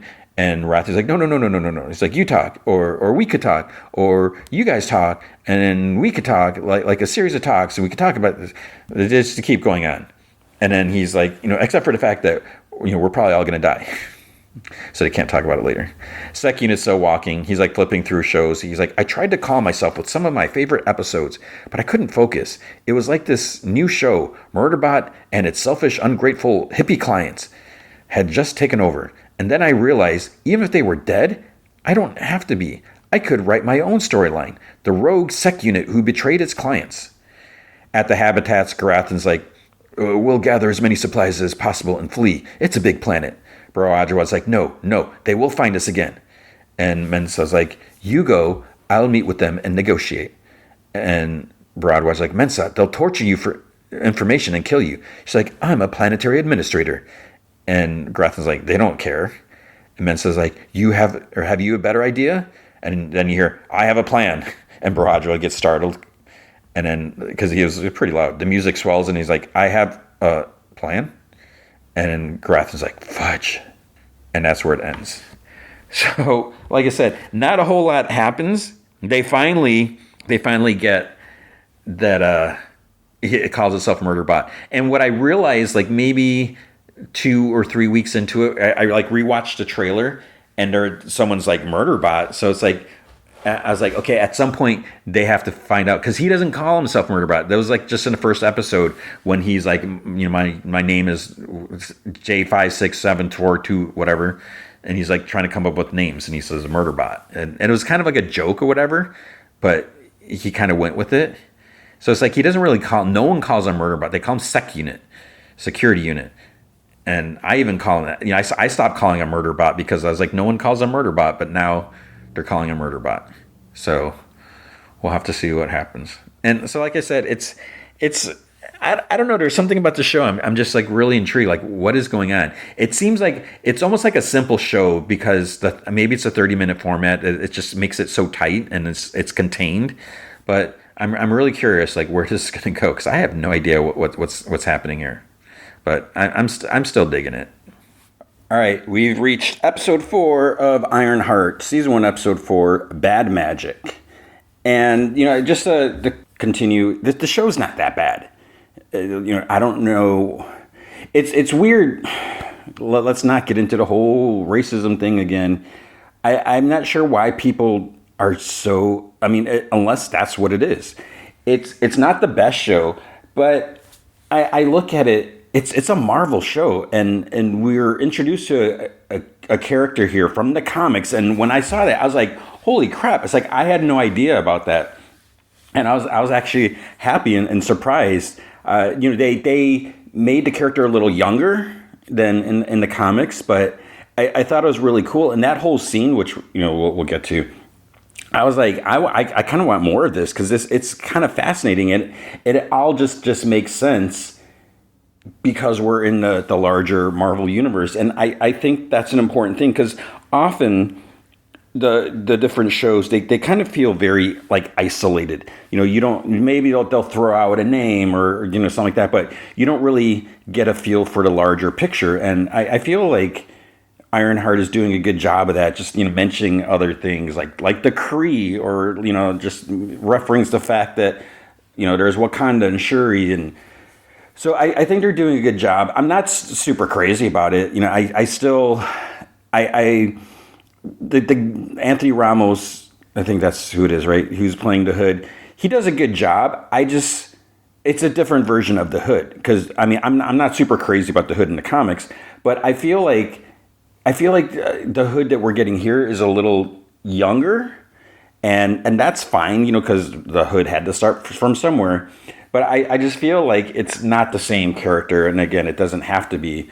But based off of what little we've seen, it's like, well, how did he get to this position where he's kind of got this little empire brewing, this empire of 6 people, or because we see a flashback in the beginning, and it doesn't seem like it was that long ago when he just started. Like, maybe, okay, his hair was shorter, so by the time it took his hair to grow, he's risen to this position. And I guess having the power that he has, which we still haven't gotten to that point where we see how, what's up with that. So there's little things, it's not a perfect show, but I would take this. I mean, I don't know, that's the thing. Would you rather get a show that's not perfect, or no show at all? I want to keep visiting the Marvel universe in these different shows, because when's the next movie? It's going to be a while. So that's my take on it. I think the other thing that makes it a little harder, and that might be the whole point of it, is when we see Riri. I mentioned this before. She is not a perfect character. She is majorly flawed. I mean, she's got like huge issues that she needs to deal with, and some things she needs to be held accountable for. So I think there's that also, and that might make her harder to embrace. So aside from her race and even possibly her gender. I think the fact that Riri's not a great character, and correct me if I'm wrong, I don't feel like she was this flawed in the comics. I don't recall Riri kind of going down like a criminal path just to make things work, just so she could build her armor. So, I mean, they're taking some liberties, that's fine. But, I mean, what do you just want the same thing over again? Because I made some references, comparisons like Peter Parker and just, like losing a father, losing a parent and, just trying, having all this genius and having like no means to, and, create your vision, what you want to do. But Peter is just a different person. And so, whatever. I mean, I feel like if Riri wasn't so flawed, if she was more likable or whatever, then people would be complaining like, oh, this is just this. They're just doing this again. And so it's like you can never win. And that's the frustrating thing. So let's just get to it because so some big things that happen here. So we get a flashback with John and Parker. Because, last episode, John died from the carbon monoxide or whatever. And Riri kind of let him. I mean, he was about to kill her. But also he knew that she was, up to something. So it was kind of convenient that he died. But he was ready to kill her. So we see them they're about to go on a little heist. They're going to steal some money. And, John... And that's the other thing is he's like, oh, we just go in. And it's almost like they feel like they're entitled to it. And I don't... That's the other thing we always see, like oh, these billionaires, they should be, giving money to other people. But it's like, should they? I mean, they earned it somehow. And I mean, unless they lucked into it, I look at these people that create this stuff. It's like, okay, you used your genius, you did something, and if you want to live an extravagant lifestyle, that's great. It sucks for the rest of us. I don't know. I don't feel the entitlement that. I mean, unless they swindled and stole their money to get into their position. But so they're about to go into. They're about to steal some money, and this is before Parker had the hood. So, there's like this big fancy mansion, they hop the gate, whatever. So they're looking around. Parker finds, I don't know if he knew about this ahead of time, but he finds like this hidden safe in like a liquor cabinet, and he's about to open it. I don't know how he was going to open it. Did he have the code or whatever? But then like a security guy comes in, and he's, so they both have their guns on each other. And the guy's like, come on, drop it, kid. But then he gets shot by John, from like behind or from the side. And then, so the security guard's down. John just comes, punches the guy on the floor. So say what you will about John, yeah, he didn't deserve to die necessarily, but he wasn't a nice guy. He even admitted to killing Stewart. The fact that, he told Riri that Parker likes to see, when this happens, is he telling the truth? I feel like, I don't know. I mean, well, I guess with what one thing Parker says in this episode, so maybe that is true. I don't know. But it almost seems like Parker wasn't that bad of a guy. Would he have someone killed? Or is this just John? Because John seems like he has all these ideas and is in control. But the security guard, he's shot. He's down. And then he punches him. So it's like, okay. And then John's like, we have to go. We have to split up. And Parker's like, well, how will I find you? And he's like, I'm never too far away. I'm always with you. I was like, I'm not sure what that's about. I mean, just the fact that he's dead now, but he's always going to be with Parker. Is that what it's supposed to be? And so then we see like a memorial photo of him, like in a frame, sitting on the bar at the bar top at the pizza place. The crew's all there, even like Riri and Jerry. As Parker, so Jerry's one of the siblings, it's like, do you want to say a few words? And he's like, what am I supposed to say? And then Slug suggests, like, why don't we go around, and say what we'll miss most about Cousin John? And then no one, like, says anything. So Slug's like, all right. It's like, I'll go first. So Slug's like, I'm going to miss John's honesty. Also, how much he loved opera. And, like, someone else is like, yeah, he was so into opera or something like that. And then Jerry says that they're going to miss his stupid bloody throwing stars. It's like, did he have throwing stars, or I thought it was just knives, whatever. And then as, they're kind of talking, it kind of, all the voices kind of get muffled because Parker is just kind of tuning out. He's just kind of sitting there. And then, there's the other voices whispering indistinctly. We can't hear what they're saying, but I don't know if he can hear what they're saying. They're speaking to him. And Riri just looks uncomfortable, as she should, I guess. And then Parker, he tunes back in just as a clown saying something, that she's kind of mad that he's gone. She doesn't know how to feel about that because, they had issues. He slammed her face against the tabletop or the countertop, which, was a bit harsh. But then Parker's like, you know what I miss the most? His loyalty. It drove him. It defined him. It killed him. And he could be harsh at times. He cared about me, about us, about our mission. What was their mission? To steal money from rich people? But he's like, after the heirloom disaster, I want to make sure that we're perfect on our next job. We stick to the plan. Continue your work. They go about to do whatever. And Riri just kind of sticks around and she's like, Parker, you got anything for me? And he just like, he's looking at the picture in the, in the frame. He's like, yeah, I got plans for you.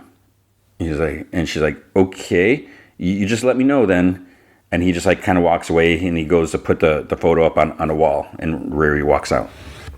Later, Riri's like looking through like a microscope and Natalie's like on her computer. She's like, Riri, she's trying to get her attention.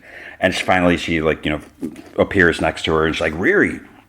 And Riri's like, so she's looking at the piece of the cloak and Nat asks her if she's found anything yet. And Riri's like, it looks like an internal combustion, like a heat engine powers its host, or in this case, Parker. And that's like, okay. It's like, we know where all the energy goes, but where does it come from? And Riri's like, huh. She's like, according to my analysis, nowhere. She's like, I've cross-referenced this heat signature with every known energy source. And this part I like. She's like, Wakandan, Kree, Stark, Pym. She's like, I got nothing. So, it's nice that they at least mention that. And yeah, maybe they're just throwing around these names, whatever, just for our nerdy benefit, but it's important. So she's like, it compares to nothing. And that's impossible. She's like, energy doesn't just pop up out of nowhere. It defines laws and physics.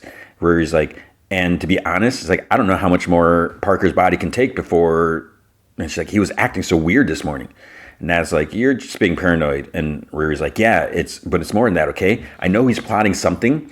I need to understand his power so I can fight back when he inevitably comes for me. But it's like, is he going to? Does he suspect anything? Because like, what did he see in that vision? And then, he doesn't say anything. Then like Ronnie calls her, so Riri puts a piece of cloak in this like glass jar with like a lid, and Ronnie comes in. She's like, they're both there. She sees, Natalie. She's like, what are you two up to? They're like, nothing. And then she's like, She's like, I just came to see if you come clean. And Riri's like, come clean? She's like, come clean about what? And Ronnie's like, I said, if you need anything cleaned. She's like, I'm on my way to the laundromat. And Riri's like, oh, all right. She's like, no, I'm good. So she's like, Riri, is there something you need to talk about? Ever since you started this new job, you've been coming home late, buying expensive gifts. Like, and we haven't even talked about your dead coworker. And she's like, you know about that? And Ronnie's like, the police told us when they were here. And she's like, right. Because, she thought that she was talking about John, but we're talking about Stuart. And he wasn't her coworker. He's someone she said she met on an interview or something like that. So Ronnie also notices that like Natalie's kind of like looking away, not wanting to make eye contact. So she's like, something's up here. So she leaves. Riri takes out the glass with the piece of cloak and then disappears. And Natalie's like, where'd it go? And Riri's like, we got to get mom, out of the house.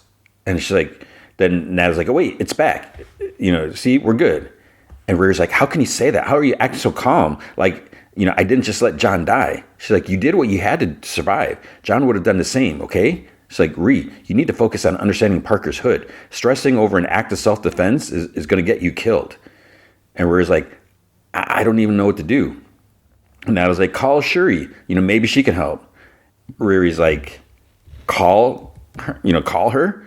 She's like, okay, hello? Yeah, Shuri, what have I been up to since causing an interspecies war on both land and sea?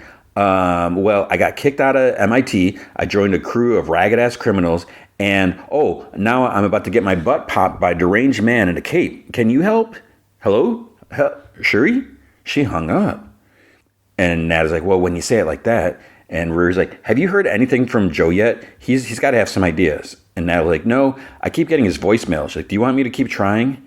And Riri's like, that's weird. It's like, nah, it's fine. I'll just go see him in person. Got to tell him about his biomesh anyways. And that's the other thing she's got to tell Joe. He's like, don't lose this. Don't let it, come back to me. So she walks down the street, and then she sees like the yellow "Do Not Cross" tape around his yard, like around his house. So she goes up to the because she's across the street. So she goes up to the annoying neighbor because she's like tending to her flowers. And Riri's like, "Excuse me, you wouldn't happen to know why Joe's house is surrounded in police tape, would you?" So the lady sighs. She's like, Joe, you mean Ezekiel Stain? Yeah, cops came and got him this morning. And Riri's like, what? Why? And she's like, well, for one thing, have you seen what he's done to my black-eyed Susans? And then she starts like rambling, stuff like that. Riri pulls out her phone. She finds a news video. So reporter's like, the evidence found at the helium crime scene has been traced back to Ezekiel Stain of Evanston, Illinois, so I guess it's some fake skin, biomesh skin, whatever. And it has his name all over it. So I don't know. She's like, again, this is a very active scene that is very quickly evolving. Ezekiel Stain, who legally changed his name to Joe McGillicuddy, is the son of the late Obadiah Stain. And we see him we see Joe in cuffs being taken away. He's actually in like a police station waiting room. He's told to sit. Obadiah was fondly remembered as the former COO of Stark Industries, who tragically died in a plane crash more than 15 years ago. So this is devastating, and the community in this area simply cannot believe it. So then we see someone comes from at the police station for his mugshot and stuff like that. Stain faces a multitude of charges, including illegal possessions of bionic technology, which I didn't realize bionic technology was illegal, and domestic terrorism. It's really unfortunate what this scandal is doing to the Stain family name. I mean, Obadiah was a beloved man. He was an inventor, philanthropist, and mentor to the great Tony Stark. May he also rest in peace. I mean, poor Obadiah's got to be rolling in his grave over this. So then we see the crews watching the news, and Roz mentions that there's a whole Reddit thread on Obadiah Stain's sightings. Jerry's like, Obadiah Stain's dead, bruh. And Roz is like, allegedly. It's like, no body. Slug's like, that's because it was all engulfed in flames. And Clown's like, is anyone else wondering how Ezekiel Stain's tech ended up in the middle of our heist? Slug's like, no, nobody's wondering that. Roz's like, it's the best thing that could have happened for us. Someone else is going to take the fall. And Clown feels bad. She's like, that guy is not going to survive prison. And then they joke that, Clown has a crush on him or whatever. And, they're like, you look like the prison wife or something like that, whatever. And she's like, well, don't you think it's odd? John's dead. Some random bionic guy is being framed for our work. And now Hood is being weird. Jerry's like, he's not being weird. He's grieving. Not everyone grieves the same way. And Clown's like, it's not grief. And, it's like, we're here and he's somewhere else. Up in the loft area, Parker is submerged in this metal tub of water, just sitting in the middle. It's weird that it's just sitting there. The phone timer is on his little table, shows it. I guess he's been holding his breath for over 11 minutes. Okay. Then he pops up out of the water. His TV is on, reports that multiple bodies continue to be identified at the heirloom crime scene. So the question is, how did this tech prodigy become a suspected murderer? So it's what's he going to think about all this? Riri goes to visit Joe in prison. She tries cracking a joke. She's like, oh, look, it's your favorite color, khaki, because his uniform is khaki color. So he just sits and she kind of struggles. And she's like, look, I know you're mad at me and you have every right to be. And he's almost he's slow, forming a little smile on his face. He's like, you're at a loss for words. I'm like, that makes two of us. She's like, I'm going to get you out of here, okay? I promise. And he's like, is that why you're here? And she's like, yes. And Joe's like, and how do you expect to do that? She's like, I'm working on it. He's like, And he kind of scoffs.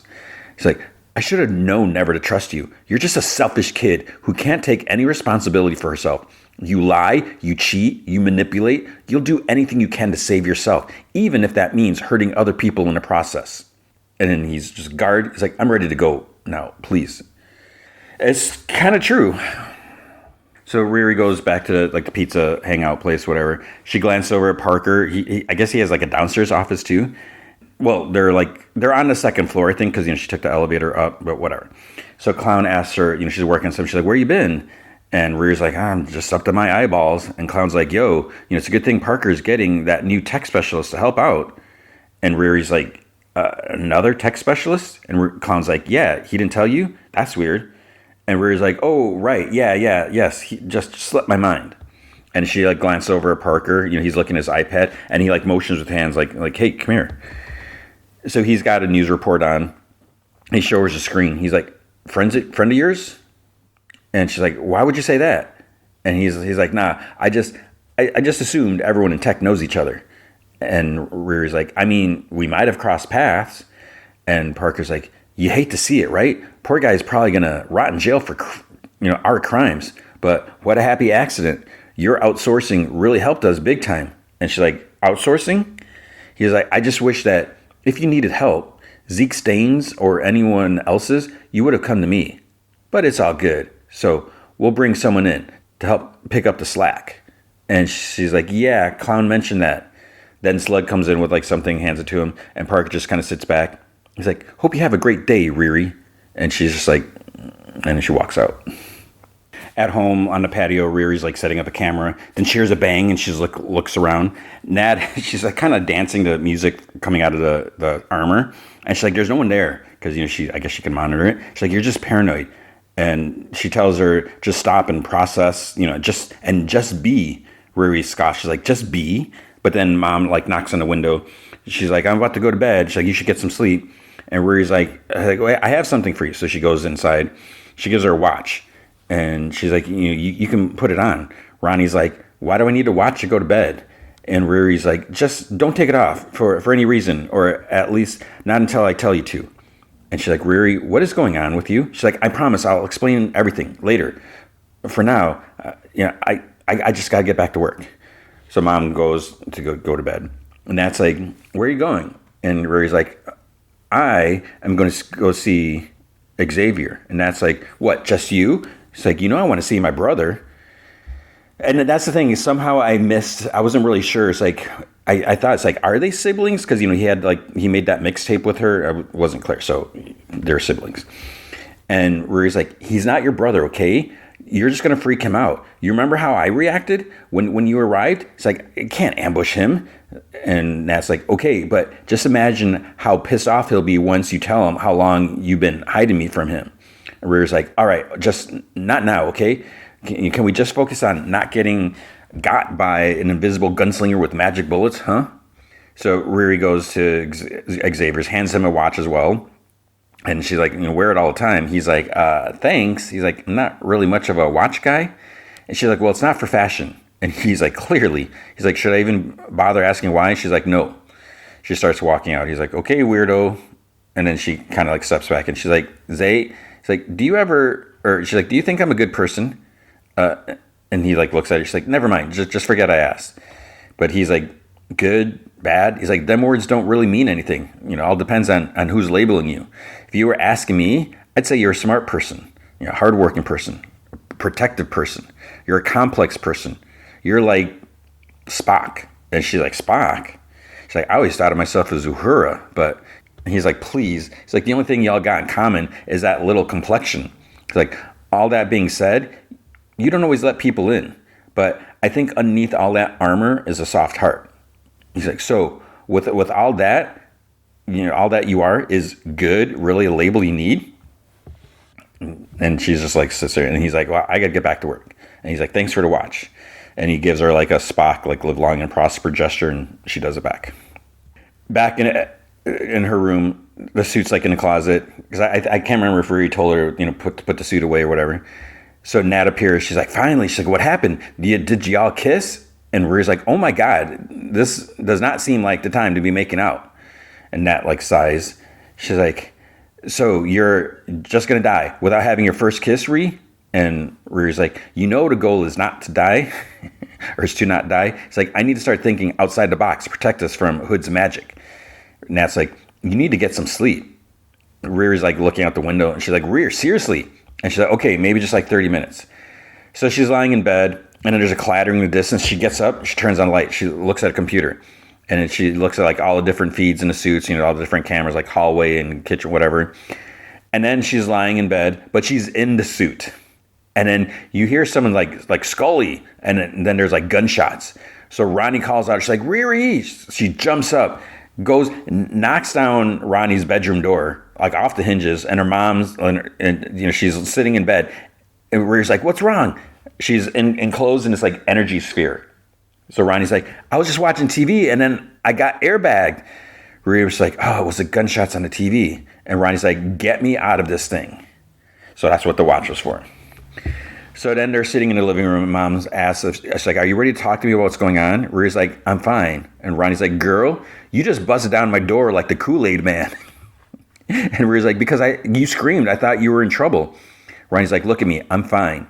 But I'm worried about you. Will you please let me help? I know I can't with all the sciencey stuff, but shoot. So maybe you can use a different kind of genius. And she says something about like relaxing and homeopathic or something. I don't know. And Riri's like, I think you're right. She's like, I've been wrapped up in work and stuff. Maybe I could use a aura bath. And Ronnie kind of snickers. She's like, or a sound cleansing chakra reading. Some of that magic you spoke of. Ronnie's like, oh, you want magic? She's like, Mama's got the plug. And Riri's like, don't say plug. And they both laugh. So the next day, Ronnie takes her to like a bakery. It's like Stanton's, and it's like sweets, reeds, and more. Riri's like, that's your place? Or she's like, that's your plug? And she's like, I asked for magic and you hire Willy Wonka? And Ronnie's like, well, is Willy Wonka not a magician? So then at the counter, she says something like, oh, I'm just a Oompa Loompa. It's Zelma Stanton from the comics. So she's the librarian Doctor Strange plays, who's like in charge of like the Strange Academy now, or like Doom Academy, whatever you want to call it. So they have Zelma here, which this is a cool thing, but she's younger. Fine. And I actually like her character here.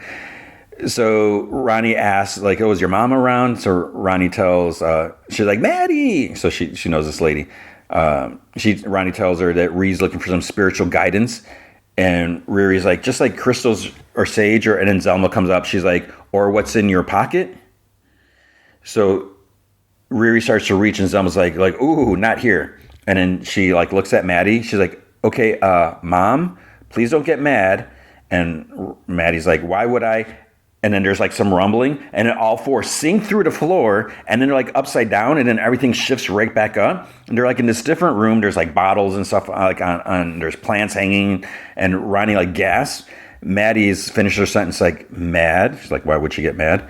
And Ronnie curses. She's like, holy spit. Zelma's like, sorry, was that too fast? She's like, I'm still learning how to hit the brakes. And Riri's like, how did you even do that? I barely blinked. And Zelma's like, transportation spell. So Ronnie's like, is that a thing? Because you're saying it like as a thing, but... And then Maddie, she's like, Zelma, where are we right now?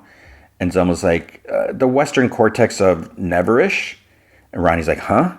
Zelma's like, a parallel plane of... And Maddie's like, now, you are not allowed to visit other realms without my permission. And Ronnie's like, y'all gonna casual throw around the term parallel plane? And Zelma's like, okay, right. It's like, I know this one's not that far away. And Maddie's like, or build secret rooms in other realms without my permission? And Zelma's like, you never actually said that, though? Maddie's like, oh, we are going to talk about this poop later. And then to Riri, Zelma's like, give me the thing. And Maddie's like, let's hope your little act of rebellion gives us something. So Riri hands her the jar with the piece of the hood. And Zelma's like, oh, it will. She's like, I've been studying. So she pulls it out with like some tweezers and puts it in a bowl. And Madeline's like, well, is it enchanted? And Zelma's like, do you think it's witchcraft? And Maddie's like, it's possible, but unlikely. And Zelma's like, I don't know, seems natural. And then it disappears. And they're both like, it's natural. Ronnie's like, Riri, I thought, she's like, is this about your iron suit stuff? And Riri's like, it's not about my iron suit stuff. And then to Maddie, she's like, what do you mean by natural? So Maddie's like, it means it was created in a different dimension. And Riri's like, how do you know that? Zelma's like, I mean, the disappearing and reappearing is a tell. It's unstable. And Maddie's like, yeah, this thing isn't from our realm. And Zelma's like, and it's very old. So Riri's like, how does it work? And Maddie's like, oh, making the unknown known is the greatest magic. Therefore, learning and teaching is the truest spell. Riri's like, is that supposed to mean something to me?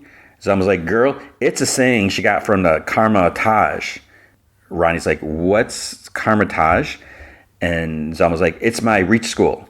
Maddie's like, all the way in Nepal, where all the greatest sorcerers of our dimension trained in magic arts and scientists. And Zelma's like, y'all ever heard of Doctor Strange? And Ronnie like opens a jar or something. There's like some screeching noise. Zelma goes and takes it. She's like, please don't touch those. She's like, once they get into your brain, they're kind of hard to get out. And Ronnie just like puts her hands up. It's like she, gets back, jumps back almost. So Maddie's like, who gave you brain maggots? And Zelma's like, no one. And then Ronnie's like, hold up, Madeline, you're an actual sorcerer or whatever? And Zelma's like, no, she's a dropout. And Maddie's like, excuse you, I chose to leave because I had a little witchling to raise. Zelma's like, and I still think you guys could have raised me there. I could have learned from actual masters instead of these old books and baby witches off TikTok. Madeline's like, now I've told you, Karma-Taj is no place for a child. And besides, bringing you back to Chicago forced you to make a whole new magic of your own. And it's amazing. It's reckless, but amazing. Where he's like, what are you doing now? And Zelma's like, I'm reading tea leaves. And Ronnie's like, oh, I know how to do that. So Zelma like kind of like sticks her hand in the bowl, flings a glob of stuff against the glass, like splat. And it kind of like forms, makes some like design or whatever. And Ronnie's like, never mind. So to get closer, there's like some faint crackling. And Zelma's like, Mom, why is it like that? And Maddie's like, that's enough. It's like, we're done here. To Riri, Zelma's like, where did you get this? She's like, I got it from this dude with a magical red cloak, and I think it's scarring his whole body. Maddie's like, oh, hell no. And Maddie does a spell, and they return to the shop. She's like, everybody out. And Riri's like, whoa. It's like, what's going on? What did you see? And Zelma's like, I saw, and Maddie's like, Zelma, hush. And she like holds up her finger. So then Ronnie's like, Maddie, mother to mother, if Riri's into some dark stuff, you have got to tell me. Maddie like shakes her head. She's like, Riri, I need you to stay far, far away from that thing and whoever it came from. Riri's like why? And Zelma's like, this poop is dark. Maddie takes the jar out of Zelma's hand, puts it in Riri's, but then Ronnie takes it and it's like, this itty bitty piece of fabric. And Zelma takes it, but then Maddie takes it from her. And Maddie's like, this piece of fabric comes from one of the darkest dimensions known and probably unknown. And Zelma's like, and the cloak that it's coming from is likely possessing whoever's in it. And Maddie's like, no, this entity doesn't possess, it influences. And Zelma's like, so it's like and then Maddie like puts her finger up to stop her from finishing. And she starts ushering Riri and Ronnie out. And Riri's like, does this entity have a name? She's like, wait, just point me to where I can learn more. And Maddie's like, it is not that simple. Magic is not like technology. We say there's no bad tech, just bad people who use tech. Well, there is bad magic, and it's dangerous for everyone, especially good people. It's like, destroy it. Zelma's like, well, I could. And then Maddie like stops her again. Then outside, they're like walking, and Riri's like, okay, so at least we know it's from another dimension, but she didn't say how to destroy it. She's like, do you think burning it will work? My laser cutter divided the particles, but it didn't destroy it. There must be another way. Or I could try dissolving it. Yeah, I could find some antimony, pentafluoride, and fluorophonic acid, or so, I don't even know what she said. I don't know if it's real things. She's like, yeah, I could. And she's like, what do you think? And Ronnie's been quiet the whole time they've been walking. And she's like, Ma. And Ronnie's like, why didn't you just say you needed help? And Riri's like, I did. She's like, no, you manipulated me, acting like you needed some sage and crystals, and you smuggled something dangerous into my friend's shop behind my back. Are you the one messing with his hood or cloak or whatever? And Riri's like, I promise I'm not. And she's like, why do you even have that? And Riri's like, Ma, I can't do this with you right now, please. It's like, why is, she always wants to avoid everything. She's like, I can't do this. When are you going to do it? Why can't you do it right now? You're in the middle of the street. You're not doing anything. Ronnie's like, I am worried about you. And Riri's like, don't, okay, I'm fine. And Ronnie's like, fine, you're fine. Leaving the house at night, coming home in early morning, lying about where you are, gifting me safety watches that trap me in protective bubbles, having panic attacks, sleeping in your suit, one coworker dead, another arrested for domestic terrorism. That's fine to you? And Riri's like, if you don't want me to lie to you, then don't ask me those questions. And then Ronnie's like, don't you trust me? And Riri's like, what are you talking about? Ronnie's like, you could always go to Gary for help, never me. It has been 5 years since he died. And Riri's like, this is why I don't tell you, Poop, because you push me to deal with things the way that you want me to. And then if I don't, you make me talk about my dead stepdad. Okay? I am not you, and you actually can't take that. And her suit lands behind her. And Ronnie's like, I swear to God, Riri, you better not get in that suit. And she's like, or what? And Ronnie's like, Riri, I can't help you if you end up dead or in jail. And she just steps back into the suit. And she's like, where are you going? And she takes off. She's like, Riri. So in the prison, Joe sits in his cell. Then his door closes. Parker appears. He's like, Ezekiel Stain. And Joe's like, awesome. Hallucinations. Just what I needed. And he's like, no, Ezekiel, this is very real. Sorry to barge in and announce. My name's Parker, but you can call me Hood if you like. And Joe's like, how'd you get in here? Are you like a lawyer or something? And Parker's like, obviously not. He's like, let me explain. You and I have something in common. Rather, someone in common. Riri Williams. I actually think, based on what was left at Heirloom, that was me, by the way, that you have the skill set and drive to be something great. Work for me, and I'll get you your life back, Stain. And Joe's like, is that a joke? He's like, I can't go back to my job. I can't go back to my house. I can't even go back to my name. My life is over. And Parker's like, how exciting. And Joe's like, excuse me?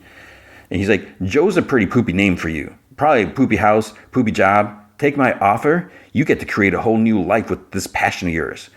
And Joe, Ezekiel, it's like, a whole new life is what? A fugitive? He's like, as Zeke Stain. Or you can rot in jail as Joe McGillicuddy. It's like, have a think on that and get back to me tonight at lights out. That's when you decide who you want to be. And he disappears and door opens. So Riri flies to Joe's silo bunker, gets out of the suit, goes inside, starts fiddling with the sensor thing.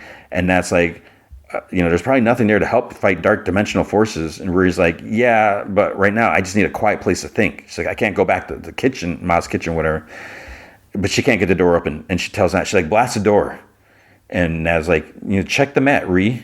And she looks under the welcome mat. There's a key. So Riri scoffs. She's like, of course Joe has a spare key for his hideout, which seems like a very silly place to put it. Ridiculous. Inside, she puts a piece of fabric in nitroglycerin or something like that. Takes out the hammer. I think it's nitro, right? That's stuff that freezes. Whatever it is. She tries to hammer it. Nothing. So I like this clear whiteboard. She crosses out freeze. Next, acid doesn't work. Crosses it off. And there's bomb or something like that. So there's this metal case. There's a muffled explosion, smoke, and she takes it out with tongs. So just trying all this stuff. She has takeout delivered, outside, and then she tries to think. She's biological doesn't work, and we see her. She crosses out some other stuff. I think centrifuge, sound, blowtorch. She's like, nothing's working. So they're both lying on the floor, and Natalie's like, Parker's hood must be old, Stegosaurus old. Could probably survive a nuclear fallout. There's no way we're the first people to try to destroy it. We could throw it into Arctic Ocean or some poop. But and she snorts. She's like, no, I just pictured a penguin wearing it. And she's like, penguins don't even live in the Arctic. And she goes on while Riri's just lying there and thinking. And she's like, I can't do this. I can't figure this out. I need to get out of here. So she flies back. Natalie pops up in her sensor and tells her that her heart rate is way too high.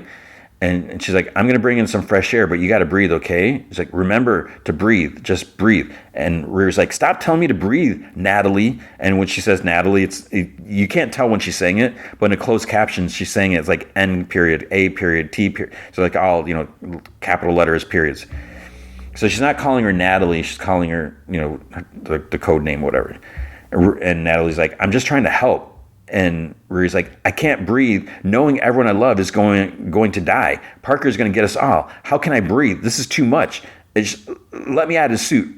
And Natalie's like, Riri? She's like, now, let me out. And alarm's beeping. She's like, I can't breathe. And her heart's beating faster. And Natalie's like, okay, I'll find a spot to land. So they land in an auto junkyard. Riri practically stumbles out of the suit. She's on her knees, whatever. Natalie's like, should I get Ronnie? And she's like, no, probably not. She's like, oh, I know. I'll be right back. And Riri's like, she just lets out a scream. Joe's sitting on his bed in the cell. Other inmates are talking, whatever. And then the guard's like, lights out. the lights go out. Then the door buzzes and like beeps, and then Zeke opens the door. There's like no one out there. It's like all dark. But then there's like a flashing light, like a few cells down, like goes on and off. So he goes that way, and then the light like over the stairs lights up. He goes there, and so he's basically like following the light. He goes like through the cafeteria. There's like janitorial hallway. This door goes up, and he's at the loading dock. There's like a truck there, and it's the crew. They're loading his like crates into the back of his truck. And he's like, my things? And Jerry's like, yeah. And Joe's like, who the hell are you guys? So we say Xavier sleeping in his bed. There's like, pad of paper next to him. He's writing something or whatever. Then Nat in the suit knocks on his window. So he opens the window. He's like, well, Miss Riri Williams at my window. The suit's like hovering outside. And Nat opens the suit up so he can see it's empty. And it like motions for him like with its hands to come in. He's like, no thanks. But then you hear him screaming as the suit lands and he like tumbles out. He's like, holy spit. Oh, spit. And he gets up, he turns the suit, pointing a finger. He's like, don't you ever do that poop again. He's like, boy. He's like, oh, poop. He's like, I'm alive. And Riri's like, Xavier, what are you doing here? He's like, your suit just kidnapped me. What are you doing here? And then he's like, you okay, Riri? And she's like, he's like, you don't have to say fine. She's like, I'm tired. And just like sniffles. He just like walks up to her and gives her a hug. And he's like, how'd you do that? That remote control thing to summon me here. She's like, that was a trip. And Riri's like, what remote control thing? And then Natalie says, I brought you here. So it's like, oh, crap. He turns and he sees Natalie. He's like, Natalie? Then he turns to Riri. He's like, how are you doing that? She like extends her Natalie like holds out her hand. She's like, pleasure to meet you, finally. And then she shakes her head because, she realized they can't shake hands. And Riri's like, what do you think? He like reaches out and like kind of touches Natalie's shoulder and like the light shimmers, because it's coming from the suit or whatever. He's like, that is horrifying. You had no right to use Natalie as one of your little tech toys, Ree. I thought if anybody would get me, it'd be you. If you think I like that, then you don't know me at all. And she's like, Zay, wait, I swear it just happened, but I don't know. You kind of get used to it. It's nice in a way. Like your mixtape. He's like, oh my God, Ree, that's not the same thing. I am honoring her. You're freezing her in time, faking like she's still alive. And Ree's like, look at her. She is alive, sort of. He's like, that is not my sister. She is not sort of alive. And Ree's like, wow, okay, so what would you do if you were me? What would you do? And Xavier's like, make her go away. Delete it. And Riri looks at Nat, and Nat's like, Ree, really? And then she's like, Natalie, saying the initials, whatever. And Nat is like, I'm out. And she's like, wait, the suit flies off. Xavier starts walking, and Riri's like, Zay, it's like, I can't. What you're asking, I can't. And he's like, well, maybe you should try, because it's not going to end well, Ree. And then he tosses the watch down at her feet. And keep your watch. He just like walks away. So Parker sits up somewhere. He's like on a rooftop. He's wearing the cloak, and he's like looking at videos of him and Josh. He gets a text from Clown. It's like, we got Stain. It's like, he's preparing some crazy ideas. I like him. Inside, then they're putting a bunch of equipment together. It's almost like a full lab, like body, not like a CAT scan, but it's like there's like a thing for a person to lay down, and there's like these pieces of metal like around it, sort of. So then Slug says to him, it's like, Parker asked me to help upgrade you. You don't mind? And he's like, sure. And then Slug's like, well, let's get you cleaned up for your alterations. So he's got to get a haircut because Slug has like some clippers. He's like, I can handle that. He's like, and he takes the clippers. So Slug's like, you'll be awake but sedated. And then he's like looking at him. So it's not a bad look, right? Because his head's buzzed. And Slug's like, it's giving store brand Jason Statham. And she's like, wow, I haven't seen code this intricate since Madripoor. It's like Black Market. And Joe or Zeke, he's like, yeah, it was a pain to acquire, but it helps me connect the bionics to my brainwaves. And Slug's like, well, that's maybe oversimplifying the science a little bit, but I could do some real damage with code like this. You want to see? And Joe's like, just stick to what I have. He's like, the machine should run itself. And Slug holds out a wooden spoon for him to bite. So the computer screen says, bionic system control uploading DNA, but Slug changes because there's an admin. It said Ezekiel Stain. Select changes to Parker Robinson. So Parker's going to have control of him somehow. The machine like starts to whir. It starts like closing, enclosing him. And then all these needles start approaching him like all over, and he screams. Then we see Parker in the elevator. But then there's like a flashback to him talking to the crew. He's like, I got a side job for you. And Clown's like, well, what kind of side job? And he's like, a hit. Riri killed John. So then we see him back in the elevator, this present. The voices are whispering indistinctly. And then the flashback, he's like, I want her head. And then in the present, the elevator opens, he steps out. That's the end of the episode. So I guess he knows the suit or the cloak somehow told him. It's a little silly, but there you go. Got to have conflict, right? So we'll see how is Riri gonna stop magic? She has no idea. But I'm happy we saw Zelma, and I hope we see Zelma again, maybe like in the next Doctor Strange if there is one, because I think it could be a cool character. All right, now Squid Game 3.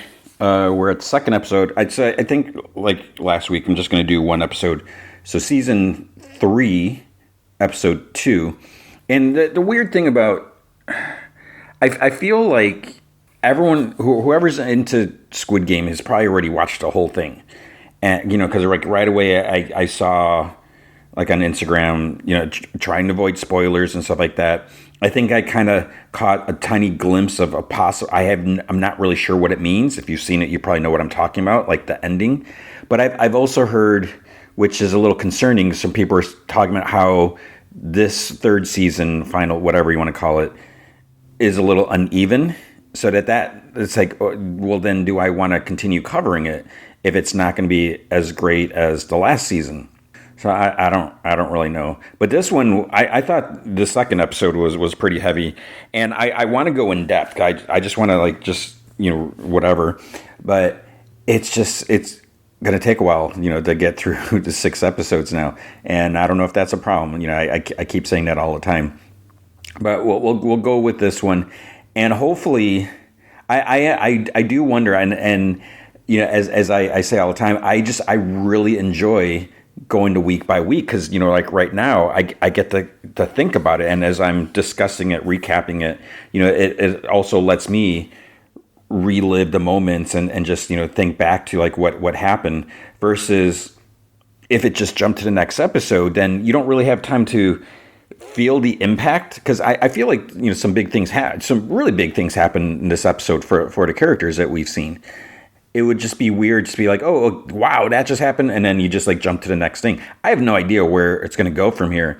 And that's one of the cool things about the show as you're watching. I mean, you kind of have an idea, 456 is an important character, but that doesn't necessarily mean anything. Is he going to survive? Probably, but you never know. So let's just jump into it, because I know this recap's going to take me a while. So season 3, episode 2, The Starry Night. It's also interesting how this, like season 2 and 3 really go hand in hand, where season 1, not so much, but, because we're still continuing the same game, I guess. But it starts off at the facility place, the doctor surgeon dude. He's happy to see that his patient survived. So the father of the girl, but guard 11, she's still holding her pistol on him, and he's like, "What are you doing?" He's like, "We made a deal. You said if I saved his life." She shoots him and puts her mask back on. So she saved the guy, and he kind of groans, and she said that she's trying to save his life. And then this is like the last that we see of them in this episode, because she notices a mask like on a cart, from one of the other dudes. So I guess her thinking is she's going to try to smuggle him out.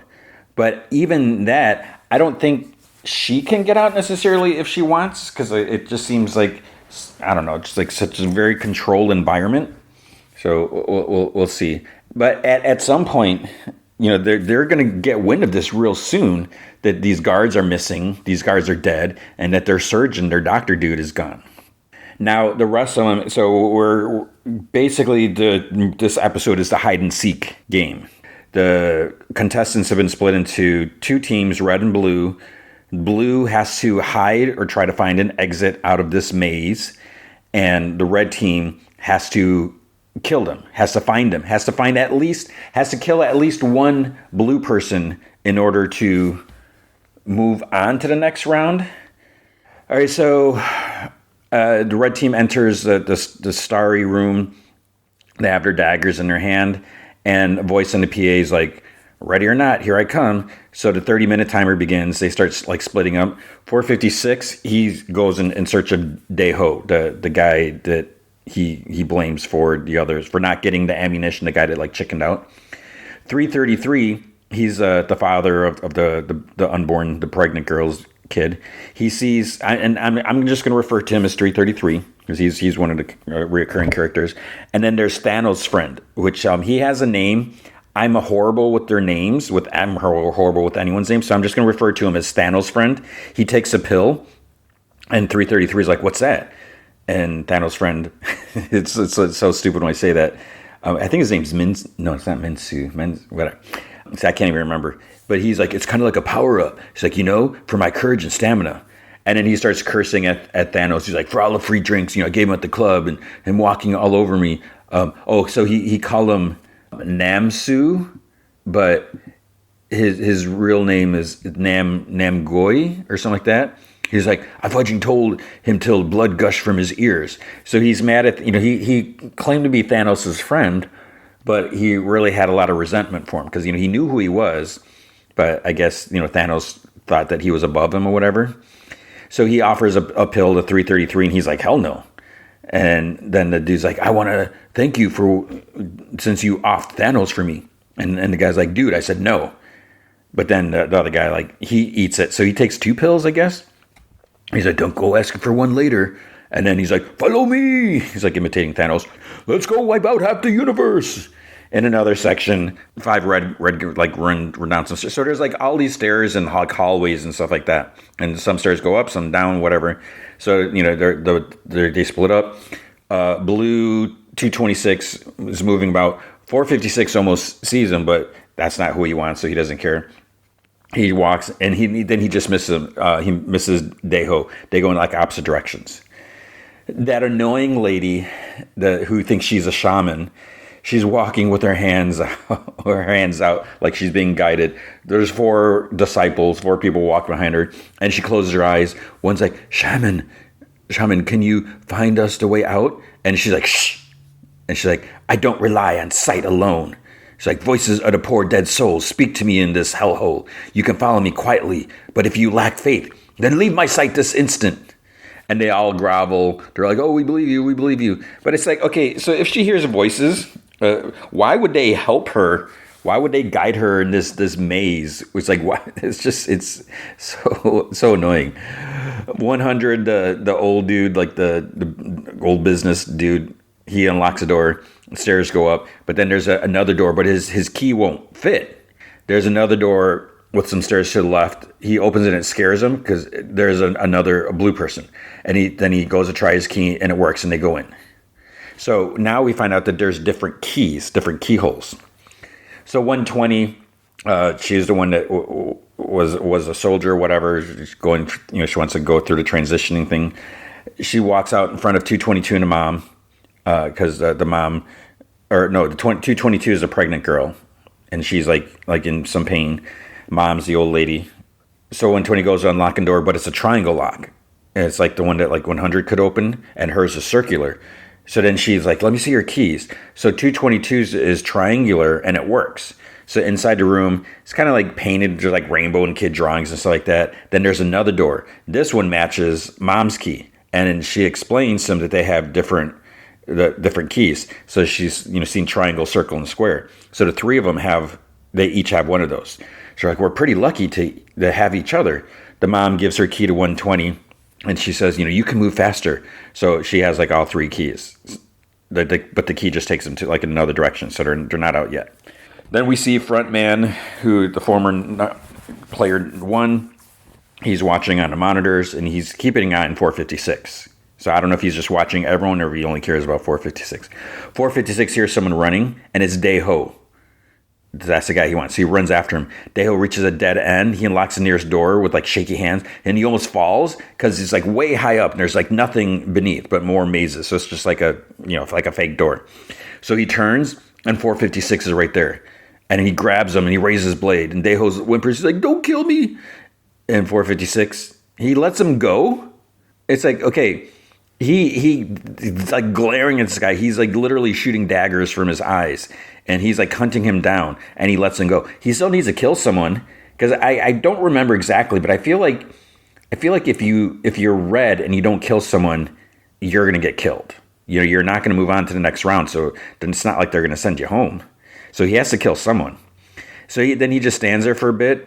And he looks out the door, and then somehow Deho's already like one level down and like across the way, and he's like looking up at 456. Two women, like you hear them screaming in the distance, and they like stare at each other, and then Deho closes the door, and it looks like he locked it, or sounded like it, but you can't lock them because they said once you open the door, you can't lock it again. I thought. So at this point, the clock says 25 minutes, 1 second. So only 5 minutes have gone by. Then we see the son. That's our mom and the son. He's walking around. He's in red. He hears a woman like gasping fearfully. Then you hear like a scream and a stab. And a PA woman's like, "Player 310 eliminated." So then it's like, you see, I don't know if he's like stressing out at this point, because he has to kill someone. He has to protect his mom, and he has to kill someone. But he's never been in a fight in his life. So he starts moving. Then he gets startled because there's someone pops out in front of him, but it's another red 226. And they go around a corner. Then they both get started or whatever. The son's like holding his blade out. 226 holds up his red vest. He's like, "Calm the fudge down." He's like, "I'm on your side." So they just like stand, and 226 keeps going. So across from the son, the mom like peeks out at him, but doesn't say anything, which is kind of weird. So then the three move in the opposite direction, because I thought the son was supposed to protect her. He has to kill someone and protect his mom. But they go through another door. And then just as they close the door, a blue guy, 235, runs by. He's chased by Thanos' friend and 333. So then they have to split up because the hallway kind of veers, it splits. So 333 ends up following him into a painted room. And then the blue guy, 235, he gets stuck and he turns to face him. He's like, "Come on, bring it." They face each other, and then 333 lunges, but the other guy manages to shove him aside, runs for the door, but then Thanos' friend is there. And then they struggle. 235 manages to knock down Thanos' friend, and he's on top of him. He yells at the 333. He's like, "Get this guy!" And he's like, "Stab him!" 333 like stands there for a second, and then he stabs him in the side. And the Thanos friend, he scrambles and he stabs him in the thigh. So 235 screams, but he manages to still kick Thanos' friend back. He's like whimpering. He's like, "Please don't kill me." He's like, "I have a kid and a wife." And Thanos' friend, he's still gonna kill him, but 333 grabs his arms. He's like, "If you kill him, then you'll be the only one who gets out of here." Then the Thanos friend's like, "We'll get you another one." And 333 is like, "How can I be sure that you're actually going to help me?" He's like, "You'll be done already." And Thanos friend's like, "Well, what do you want to do?" So 333 is like, "Do it together." And Thanos friend's like, "So stab at the same time?" He's like, dude, you're so freaking rational." So they're like, 1, 2, 3, stab. 235 is dead. So they both killed him. So the three, 120 and 222, they're running. They hear player 235 has been eliminated. They manage to duck around a corner while this red guy runs by. So they dodge him. They keep moving. Then a blue guy runs by. And then they see a red 226. He comes running at them. So the clock says it's 21:45 left. 333 stares down at his bloody knife. Thanos' friends talks about, he's like, "Oh, did you see his eyes when he died?" He's talking about the soul going away. He's like really, he's on drugs right now. So 333 takes his key. He says, he takes the guy's keys. He's like, "Now it'll be able to open doors too." But it's like, I thought they weren't allowed, but I guess there was no rules that said they couldn't take someone's key and uses it. It doesn't seem like they should be able to. And I also thought it said that blue couldn't use a sword, but I guess the only thing that said is red can't turn on each other. They can't kill each other or attack each other. Then he's like, "Let's go." He's like, "This person counts as half a kill." And then the other Thanos friend like giggles. He's like, "Dude, you're so fudging rational." So they leave. The door next to that room opens, and then red 125 comes out. It's a timid guy who got pulled into like Thanos' group, and he's like he's really feeling it that girl died that was like nice to him, and that he just like watched her died. So he looks down at the body, and then he hears someone else getting like stabbed. Player 105 eliminated. Player 96 pass. And then Timmy Guy sees Thanos, the cross drug necklace, and there's like 2 pills inside. So he thinks back to what what Thanos' friend said about him watching the girl in their group get killed. And he's like, I need you to be a man this time, Minsu. So then he takes a pill. So Timmy Guy took a pill. That's not good. The trio run, Ma, 120 and 222. The red guy's like hot on their trail. They start going up some stairs, and guess what? 222's foot stumbles, and she falls back down the stairs. The red guy's coming. 120 and Ma come down just as red 226 has his knife out, and he's like, just move. He's like, the little witch is the only one I'll kill. And he's like, or you just hand me grandma instead. So 120 puts the 3 keys like in her shirt, zips up her jacket, puts up her dukes. So he's like, whoosh, whoosh, he's like slashing. They start fighting. She grabs his arm and tries to get him to drop the knife. And he like grabs her hair. And then she like flips him over, and she grabs his wrist. And you hear like bone snap. So she must have like broke his wrist somehow or something like that, twisted it. And then she gets the blade and she jabs it down at him. She's on top, like pushing down. He's like trying to hold her fist up. Push, push, push. Whoosh, she ended up stabbing him. But at this point, it's like, wait, was she allowed to do that? Are they allowed to kill the red? But I guess you can. So 100 and another blue dude, they're at a locked door. 100's key doesn't work. The other guy, his 232 doesn't matter. He opens it. There's another room with drawings, no exit. Then a red comes in from the other side. 100, since he's like such a jerk, he shoves the guy forward, and then he shuts the door. And he holds it shut while 232 tries opening it. And then there's a lady, she like stabs him from behind. So at this point, we have 18 minutes, 41 seconds left on the clock. So back to the trio. 120 goes back to 222 and Mom. She checks 222's ankle is swollen, but she thinks that she can walk on it. So they go up the stairs. 100 opens the door. He takes the dead guy's key. So 100 has 2 keys now. 333 and Thanos' friend, they corner another guy. They both stab him at the same time. No hesitation.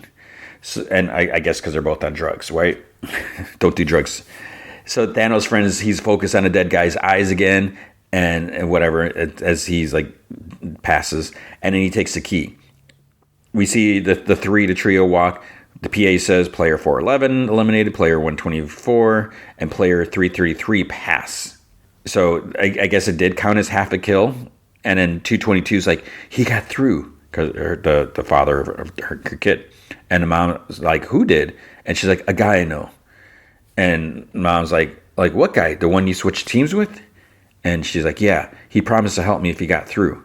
And 120 is like, don't count on it. He's like, he might not find us. And 220 is like, he swore that he would. So Thanos' friend asked 333, like, where is he going? He said, he's like, I have to find someone. And Thanos' friend's like, that girl you were with? Why you want to find her? To guard her? Because she's... And then he like sticks his hand on her shirt, like mimics her being pregnant. 333 shoves him against the wall. Thanos' friend, he's like, oh, I'll help you. And he's like, if you hurt her, you're fudging dead. And he's like, I never thought I'd see Mr. Rational become a drama queen. Then he's like, oh, it's not a fling. You love her. And he says that, he wants to help. 333 is like, I don't need your help. And then they hear like a woman scream, and he runs around a corner. So some lady player 400, she's groaning, she's eliminated. Thanos' friends is like, they have to kill every blue vest they see. He's like, think about it. He's like, the only rule was we had to kill one person, but they never said we couldn't kill more than one. That means if we kill more of these blues, there won't be enough of them left for all the red ones to murder. So for every blue vest we kill, we're eliminating a red too. It's like the prize money goes up by 2 for every one that we kill. And this makes 333 like stop in his tracks. So I guess 1, he's on drugs. 2, he's looking to win for him and his kid. So I guess this makes sense. Then we see 456. He crouches, looks at a dead blue guy. A door opens behind him, and it's blue 394. She's like startled when she sees him, but he just like turns away from her, and then she runs. He starts walking, and behind him, a blue lady screams as a red's like struggling with her. But he doesn't even look. 456 doesn't even look back. He just keeps walking. Turns a corner, and right behind him, Daeho like runs like into the wall. He's scrambling. He's running from some other random red vest guy. So he gets the door. He manages to open it. He climbs some stairs. The red guy's like right on his tails, like slashes his calf. And then the red tries thrusting the knife down on him while they're like halfway up the stairs. Daeho manages to like kick him off, and then Red tumbles down the stairs, and I guess he got knocked out. He goes down, his leg hurts. The blade broke, I guess when he fell or something like that. So he takes the blade. Daeho takes the broken blade, puts it in his pocket. The trio are walking. They hear screaming. 120 opens the door. She tells like 222 to sit. She looks at her ankle, and it's like super swollen now, like bruised and swollen. And Mom's like, "Do you think it's sprained?" And 120's like, "I think she might have fractured it." She's like, "I don't think she can keep walking." And she's like, maybe we can stay here and see how things go. 222 says like, "Oh, don't do that just for me." He's like, "I'll be fine hiding here alone. Just go look for a way out." And Mom's like, "I'll stay with her here. 120 should go. They're just a burden to her." So 120 looks around. They have 15 minutes, 41 seconds left. And then 222's water breaks. So it's like, it keeps getting worse. So the son's walking around. He sees a door with like blood on the knob. He goes in, doesn't see anything. But before he leaves, he looks back, and there's a dude like whimpering in a corner. He's like crouched behind like when the door opened. He's like, "Please don't do it." He's like, "Sir, don't you remember me?" He goes on whatever like that. The son just stares at him. He hesitates and kind of closes his eye.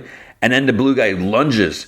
They start struggling for the knife. He like bites the son's arm and then that makes him drop the blade. The blue guy picks it up. Then this other red is like in the hall. He sees him, stabs Blue in the back. And then, like, stabs him in the throat, like in the side of the neck. So he's dead. And the blood splatters all over the son. So then the PA's like, "Player 172 eliminated. Player 203 pass." So 203, he doesn't even care. It could have been the son's kill. But he's just like, dude, all for one type of thing. There's no alliance here. So he just kills him. And now he's got his pass out. So he's free. So as 203, the red guy just walks out. He actually steps on the son's glasses. Doesn't even care. Never said a word to him. And then son just lays there with the dead blue guys like on top of him. And he's got like blood splattered on him. Mom is trying to get 222 to stay quiet. And, she's biting on a jacket sleeve. 120 like peeks out the door. There's like voices yelling outside. The mom says for 120, he's like, "Hey, come here, hold her hand." The annoying crazy lady, the shaman, quote unquote shaman, I'm gonna start calling her shaman lady. She's walking with her eyes closed, one hand extended. The 4 disciples follow. Then dude's like, "I think we've been here before." And the lady's like, "Shaman, you really hear those voices?" And she tells them both like, "Shh." And then she's like, "This way." And she's like, "I can hear them calling from there."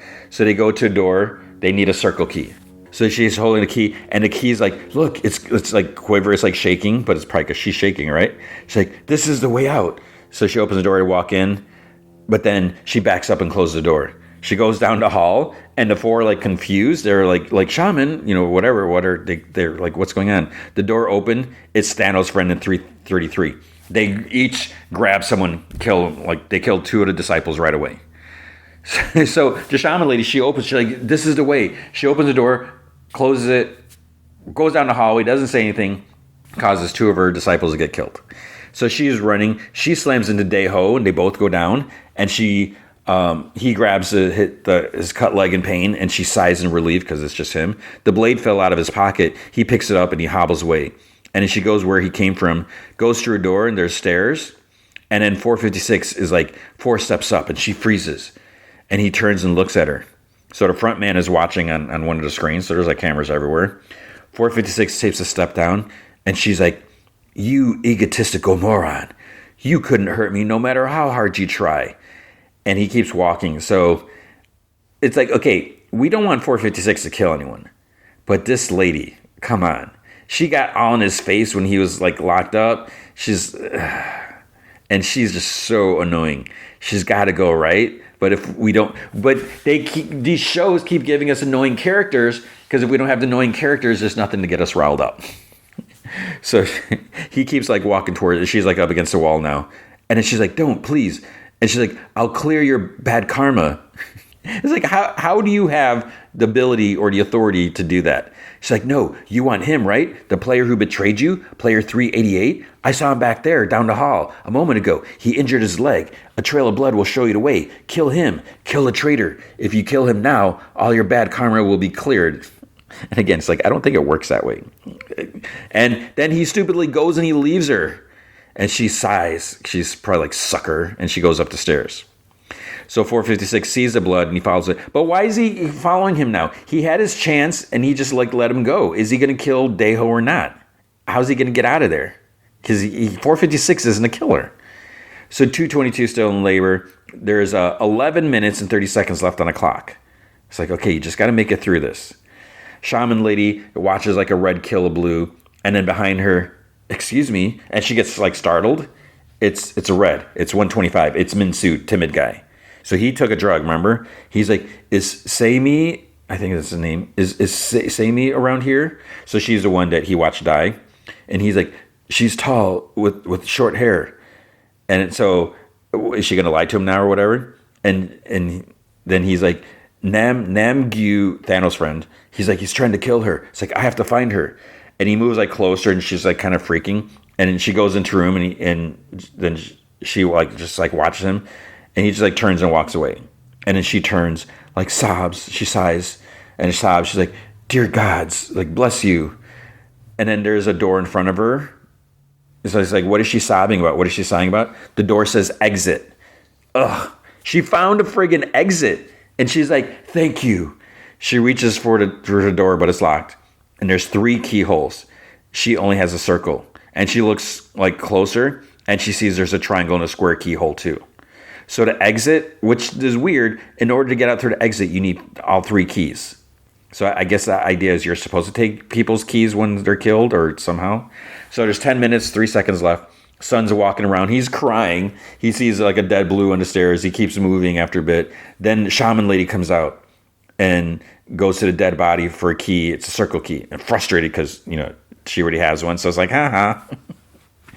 Then she draws an arrow on the wall with blood. So she's marking, which is smart because it's a maze. Everything looks the same. So she puts a little arrow like on close to the floor. 100 is moving. Then he hears Thanos' friend giggling around a corner and he's like starting to panic because the only door is like locked. He can't open it. So he actually does something smart, but it might not work in this case. He goes to the dead body on the floor. He rubs blood on him, like on his face, like all over his face, and then he just lies on the floor. So when Thanos' friend sees like the 2 bodies, he crouches down to like the first body, who's like just kind of like sitting next, dead next to the wall. He's like, wakey, wakey. He's like, just wake up, play with me. And he has like the blade like in his face, whatever. He's like, I just want to play. And then he thrusts a knife into the dead player's like thigh. And 333 is like, let's go. Then Thanos' friend goes to check out 100 because he's like lying with his back to him. And here it comes. He's like, you're faking, aren't you? Faker. He's like, and 333 is like, come on, let's go. He's like, I want to wake this guy up first. And 333 is like, I'm leaving. He's like, oh. And he gets up and leaves. But before he's even like around the corner, 100 like gasps and shakes. He's so lucky because Thanos' friend, he would have hurt him or whatever. He almost got stabbed there. But it's almost so now, okay, 11 minutes. Should he just stay there? Because I don't think, you just have to survive the 30 minutes. You don't have to find the exit. You find the exit, you're free. But it's like, this is a good idea because they're not all crazy like Thanos' friend. Just stay there and people just think you're a dead body. So another door opens, the one that was locked, and then someone bends down and starts to take his key. He opens his eyes and a shaman lady, and it scares her. And then she actually tells him she found the exit. She was like, I was brought there by the gods of heaven and earth. It's like, oh, brother. And he's like, okay, why didn't you leave? She's like, you need all 3 keys for the exit. So between them, they need a square key now. And he's like, are you sure? And she's like, why else would I bring you with me? He's like, so then, how'd you find it? These hallways all look the same, more or less. And she's like, imbecile, you. Imbecile, you. Like, I'm beyond using sight. I hear the murmuring voices of heaven and earth. And she like makes like a showy gesture or whatever. But then she like peeks with an eye cracked open. She sees a little arrow that she drew and she goes in that direction. She's such a faker. Mom tells 222, it's like, you're almost there. You got this. And then baby cries. The baby's born. And the mom says, it's a baby girl. She asks 120, she's like, can you take her? And she takes out her hairpin, which is like a little blade in the sheath. And she cuts the umbilical cord, wraps her in a jacket. And 222 is like holding her, like staring at her kid, her daughter. Then the door busts open. It's a red dude, 202, some random red guy. He pauses, checks out the scene. And then he sees the blade that 120 took. He comes in charging. They like grapple and they fly out of the room. They're slammed against the wall. He stabs 120 in the leg. And then as he's like, they're on the floor, he's like crawling towards her. She swings her blade but misses. They fly into another room and she slams him against the wall and grabs his wrist to get his blade. And then she ends up like stabbing him a few times, which I guess, again, it's okay because only the Reds couldn't attack each other. So the Red goes down. 120 like catches her breath. Then Red 39 stands out in the hall looking at her, and she like wipes her face with a bloody hand and a blade. He looks, and he just kind of like gives a little nod and keeps going. He's probably like, I'm not messing with her. So 120 starts to hobble out, and she turns and she looks back. There's a door in that room. It has the 3 keys. It's an exit. And she sees the exit sign. So I think at first I was like, is this the same one? But I think it was there's more than one exit. She has the keys. She opens the door and it's like kind of bright light. We don't see, but there's like, you hear music, congratulations, celebrations like that, plays on the speakers, everything like that. She's about to step through, but then she looks back in the hall and she hobbles to the other door and she tells them that she found the exit. And then she got stabbed in the back by 333. And 122 just like stares at him. And the Thanos friends calls out, it's like, did you get another one? And he's like, yeah. He's like, what you doing? Someone inside?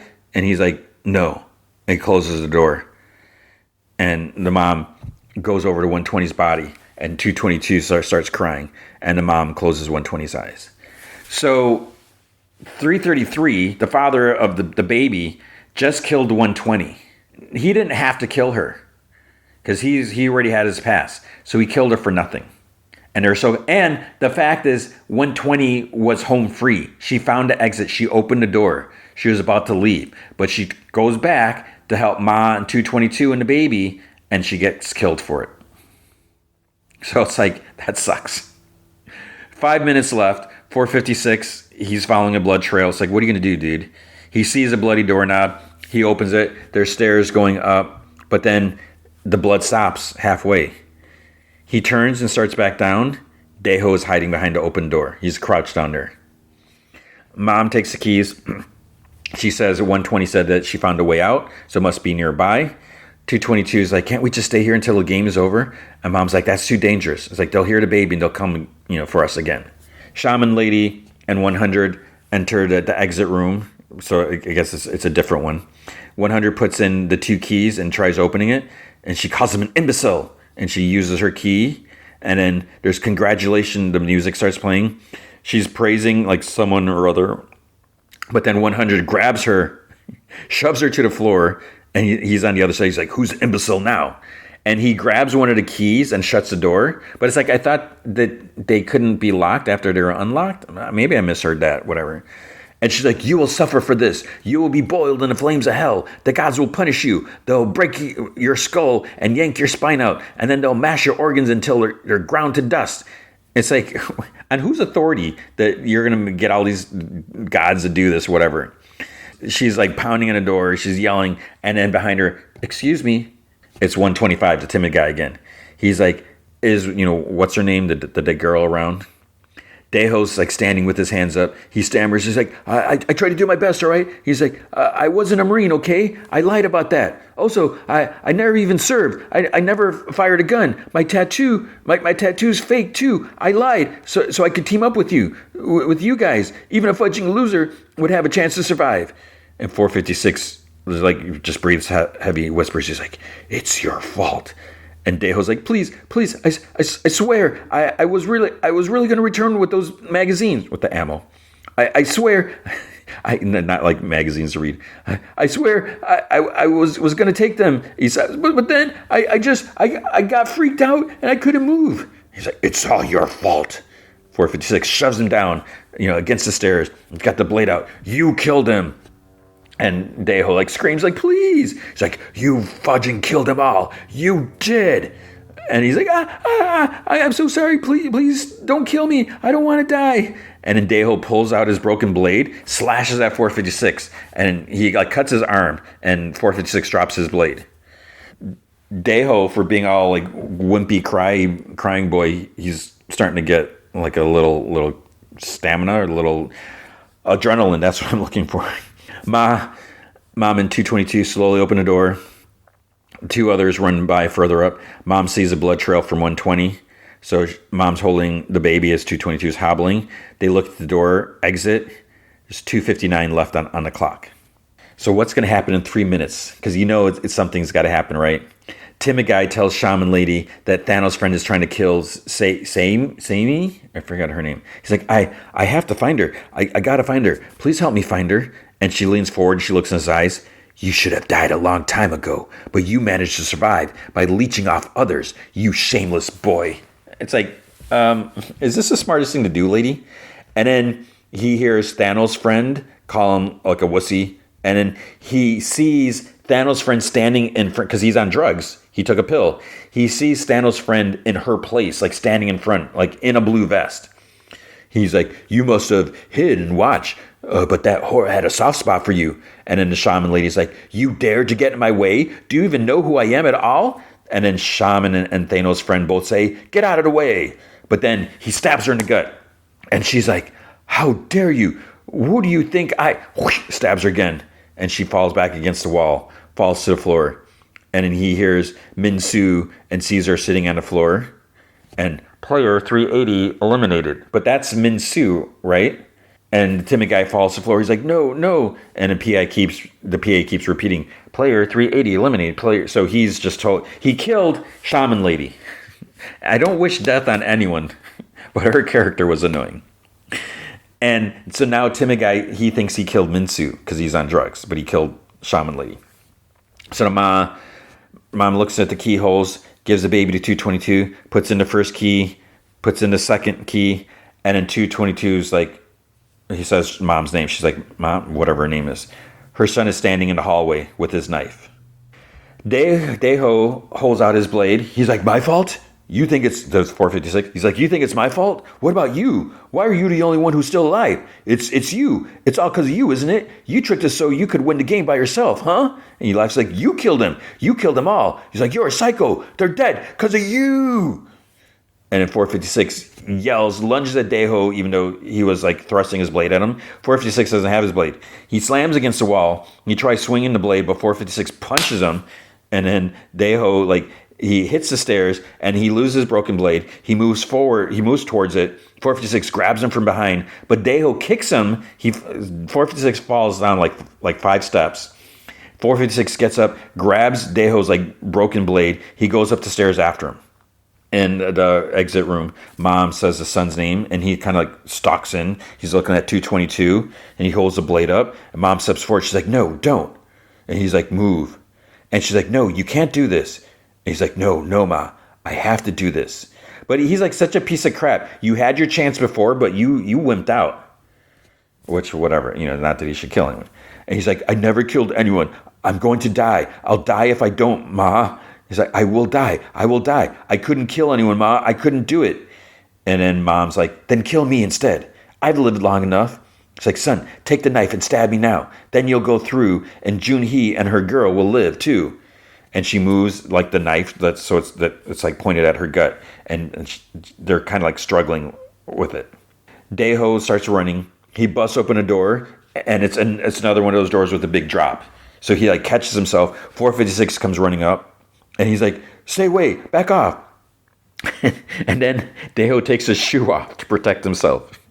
So shoe against the blade. I mean, I guess it's something. 456 gives a little lunge. Daeho like swipes a couple times violently with his shoe. He manages to hit 456 cut arm, and it makes him drop his blade. So, okay, it worked. I'm here laughing that he's fighting with a shoe, but he knocked the blade out. Deho like shoves him against the wall. 456 gives him like a little like rib punch to the ribs, but Deho starts like choking him, and 456 manages to break free, hits him again, and Deho lands by the open door. His head's like over the threshold, like over like the emptiness, and 456 punches him again, and he puts his hands around his throat, and Deho's like starting to like choke, and 456 like, it's your, and then Deho stops struggling. And the masked man watches. So 456, he just killed Deho. So he's a killer. Mom's struggling with son, and he's like, how can I? I can't do that, Ma. I can't. And she's like, son, look at me, please. It's okay, honey. And 222, she like looks at the keys. The third one still needs to be turned. So mom's like, so go ahead, please kill me. I can't, Ma. Just move. There's 1 minute remaining. 222 moves to like open the door, but then son pushes him outside. He like slams the door shut because she turned the key. The baby starts crying, and he looks down at it, and he raises his knife. He's like, sorry, and it's you hear like a stab, but his hand's still raised, and then he drops his knife. Mom's hairpin is in the middle of his back. He turns and he looks at Mom. He's like, Ma? And she's holding the other hand, like the pin, like the sheath, and her hands like shaking. And she backs up, and he moves like towards her. The timer beeps. The game has concluded. So there's a shot of dead Deho. 456 sits like close to him. Tear goes down his face, and then he's like, "It's all my fault." He puts the blade up to his throat, but then gets shot out of his hand. There's like 3 guards there, and one cracks him in the head with the rifle butt. He goes down. So for the front man might have been like, hey, go keep an eye on him because he's not too stable. Son falls to his knee. Ma takes his face in her hands. She's like crying, and he's like, I'm sorry. And she hugs him. 222 is crying, and son's like, I'm so sorry. Ma sobbing. Footsteps approach, or some armed guards. That you see him from the hallway. You see him walk in, and the mom's like, no, spare my son. And then, player 7 eliminated. And that's the end of the episode. So I guess if you're red and you don't kill, they go out and they're shooting them all. So that was a heavy. So the baby's born. We'll have to see what happens with 222 and 333 because he killed 120. Man, this thing is a mess. And it's like that they have. So what's coming up? It's only 2 episodes, 4 episodes left. They have to vote again. What's the next game going to be? And what's 456 going to do now? Because what's his motivation? He killed Deho, but he's blaming himself. Okay, and now the movie feature is Superman. So James Gunn Superman, DC Studios Superman, and so what I think I'm going to do is I think I'm going to do just a tiny bit of, not necessarily spoilers, but I want to talk about some things. I really liked the movie. I really liked it. I can't say I 100% loved it. I did really, really like it. I think we're in a really good position. It's no secret how I felt about the Snyderverse, about Man of Steel. I always said Man of Steel was a good movie. To me, it wasn't a Superman movie. That didn't seem like who Superman should be.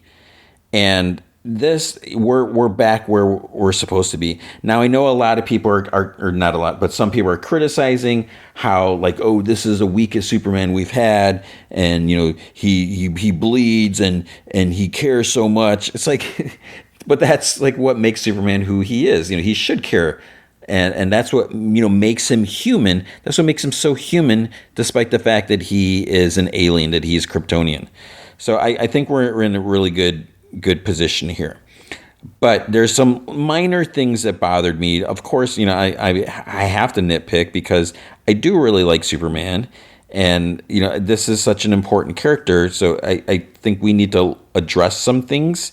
A couple things might be minor spoilery, so we'll save that. I'll give you plenty of indication about that. But the thing is, have you seen Superman? By the time you're listening to this, I think most people are going to go see it, hopefully. But I'm sure there's going to be some people like, I'll wait till it streams because I don't want to pay 15, 20 bucks, whatever, to go to the movie and so forth. So, yeah, so we'll do it pretty spoiler free up until I'll give you plenty of notice. Now, what's interesting, they've I think James Gunn has kind of said it from the beginning that this isn't an origin story, and I think that's a good call. We do not need an origin story. We know at this point everyone should know the story. Krypton blew up. Superman was sent to Earth. He was raised on a farm. He became Superman. Now, there's little details that along the ways that we don't know, and it's not that crucial. It's like, what was Krypton like? Because we've seen some different versions of Jor-El and so forth. Was he a jerk? Was he not? Was he compassionate? And then the thing is like, well, where's Superman's parents? Are they both still alive? Did his dad die? Did his mom die? Because we've seen different versions. But you also see, at least in the trailer, you can see at least for where we're at, they're both still alive. Will they both stay alive? We'll have to, you'll have to see about that. I do think it's important for him to have both parents. I don't know why in so many different versions, and even in the comics, they've had it where someone dies, where Pa dies or something like that, and then maybe it's a way for us to show like, Superman, he has to deal with loss as well, and he's cares so much because he has so much compassion, and he is human. He's just like us. But it's like, no, he lost his entire planet. We don't need to see him mourning anyone else because he's already lost his parents and everyone. So I do like seeing him with Ma and Pa. I think it's important. And I think that serves as a way to humanize him because he's got these two loving parents. They're farmers, they're as human as can be, whatever. So I like that part. Now, I think I did mention last week or the week before that there is some text at the beginning, and it kind of talks about the existence of metahumans, and then it talks about like when Superman arrived and when he revealed himself to the world. So I think it's been 3 years. So we're 3 years. Metahumans have been around. So it's not like, Superman decides to put on a costume and go flying around, and then boom, boom, boom, boom, boom, we start getting this trickle effect of other heroes. That's kind of what happened in the Marvel Universe, which they've made it work. It's like, we had Iron Man put on the suit, and then we start seeing the other heroes. But, stuff like Captain America existed. He was just frozen in ice. Hawkeye and Black Widow existed. They were just like secret agents. So they weren't, really superhero. So they made it work. But it's kind of funny when you look back that it's like, of Tony Stark and then the Avengers, that had this trickle effect of all these other heroes now popping up. Here we can say, okay, Superman's been active for 3 years. But how long has Guy Gardner been around? It could be more than 3 years. And then there's the fact that, like, what about Batman? Batman could have been around for 5 years, 10 years. We don't know. And I think that's an important thing to just throw us into this world. Now, that being said, this is where I'm going to start, like, going all over the place. When we see the Justice Gang, so we have Guy Gardner, we have Mr. Terrific, and we have Hawkgirl. We don't really get a lot of their backstory. And this is where it might be hard for the more casual viewer. Do people know who Mr. Terrific is? Do they know who Guy Gardner is or Hawkgirl? If you watched any of like Justice League Unlimited or anything like that, you probably have an idea who these characters are. But I found it kind of interesting when we look at them. It's like we don't really know who they are. Like when they talk about Guy Gardner's, the Green Lantern, I think most people will remember. It's like, oh yeah, Ryan Reynolds was in the Green Lantern movie, or there was even an animated Green Lantern show, and there's been a few like animated Green Lantern movies that straight to the Blu-ray. I find it interesting that we see all these, Metamorpho. Do people know who Metamorpho is? We get these other characters thrown in here, there isn't really like a lot of explanation for them, and you don't really need to. You can figure it out. But when you see like Mr. Terrific and his T spheres, do people really know what those spheres do? You kind of get like, oh, I see what he's doing, but it's like, why are they floating around? But then when you look at him, it's like, does he have any superpowers? He's fighting. He's pretty much a badass. It's like, is he just a regular human? Is he enhanced in any way? Is he a metahuman or is he not? So it's interesting how we don't get all that. Now, what is interesting, I mean, you do see in the trailer where we're at here, Superman and Lois are dating. And now here, I'm going to go back my word, minor spoiler. So Lois, if they're dating, because there's a scene, I don't, maybe they're not dating. You wouldn't really say they're dating. Because what I will say, this isn't really spoiler, but Superman and Lois are an item. And I will say Lois is aware that Superman is Clark Kent. But, I mean, unless I miss some, as far as I can tell, Lois and Clark Kent are not dating because they kind of like bicker, and then she's, he has an article on the front page, and she's like kind of like putting him down, like, well, what about this or whatever like that. So there's just really like bickering, and there's no sense that they're a couple working, anything like that. So here's one of my critiques. One of the things that bothers me, what I've always liked, and maybe it was, I don't know if it was a John Byrne thing, maybe it wasn't John Byrne that wrote it. But when we finally saw the momentous issue, was it Superman 23, 24? Whatever it was. When Lois Lane finally found out that Superman, or Clark Kent was Superman, they really made a point that she was in love with Clark Kent.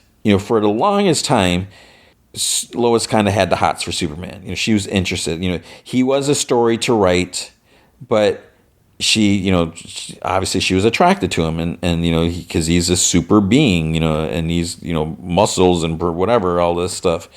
But they kind of went away from that because, she would always look at Clark as he was this like kind of this oaf, like this kind of doofus, he's this lovable whatever. But she was not attracted to him. There's no romantic whatever, anything. They're just coworkers, and what I always appreciated is that they had Lois and Clark together, and this is, we've seen this in other media as well, where I think it's super important that Lois falls in love with Clark before she knows that Clark is Superman. Because if she's just attracted to Superman and the muscles and the powers and all that stuff, then it's like, is she really attracted to Clark? And while you can say Clark is Superman, or is Clark Superman or Superman Clark? That's where we're open to the debate. So I think it's important that she falls in love with who Clark is as a person, and not just Clark as a superpowered, hero. So we don't really get that so much here. And I think that's unfortunate. But backing up a bit, I do feel like while, the movie is like 2 hours long, a little over 2 hours, I feel like there is so much put in here that some things happen too quickly. Like oh, Lois and Superman are seeing each other. Okay, we're there. And like I said, there's like no real build up or explanation. It's like it's there. That's fine. Maybe I should save this for a bit. Okay, let's back up. Things that I like, things that work. So, we're in a point where Superman exists. He's a hero. People love him. He does great things. He's super compassionate. But just the fact that what I want to mention is the colors. I feel like it's so bright and vibrant. And one of the things, I don't really want to compare it to, Zack Snyder's whatever, because that's a different thing. But I feel like when I think of Man of Steel, whatever, I feel like it's very blue. Like it has like a blue filter. And, there's a cinematic quality to that. And it makes some things look cool. And it makes some scenes look, really cool as well when you're seeing all this. But I feel like having so much blue can be a little dreary. And, because it's like everything is kind of muted in a way. Well, there's I forget, there was like some other movie. There's something I saw where it's like everything was just like kind of blue, and then there's like an image like without the filter, and it's like holy crap, it's like a totally different thing. So I feel like that just really changes the vibe of that. And seeing, because Superman is like the red, blue, and yellow, just such primary colors that they should be like bam, like popping off the screen.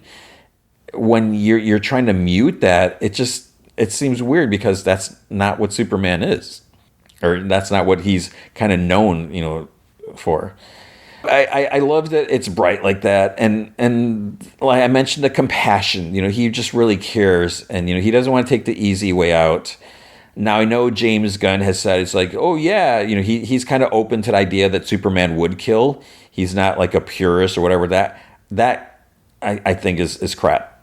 It's like Superman should not kill, and the idea is like, well, if he has to, and again, people defending Man of Steel, where he knew that he had to kill Zod, but I just feel like there would be another way. There has to be something. I just feel like killing someone, that's just like a last resort. So Superman is trying to avoid that. So at least James going to really address that. He's really trying to protect life. You see in the trailer there's like a giant kaiju thing or whatever. When they're fighting it, it's like, oh, how do we stop this thing? It's so massive. Its skin is so thick. It's not feeling anything. But he wants to. Let's try to capture it. Let's try to subdue it or something like that. Because to him, life is precious, and I think that's great. So we have some things there. His interaction with the Super Gang or the Justice Gang is cool, and you see some respect and whatever.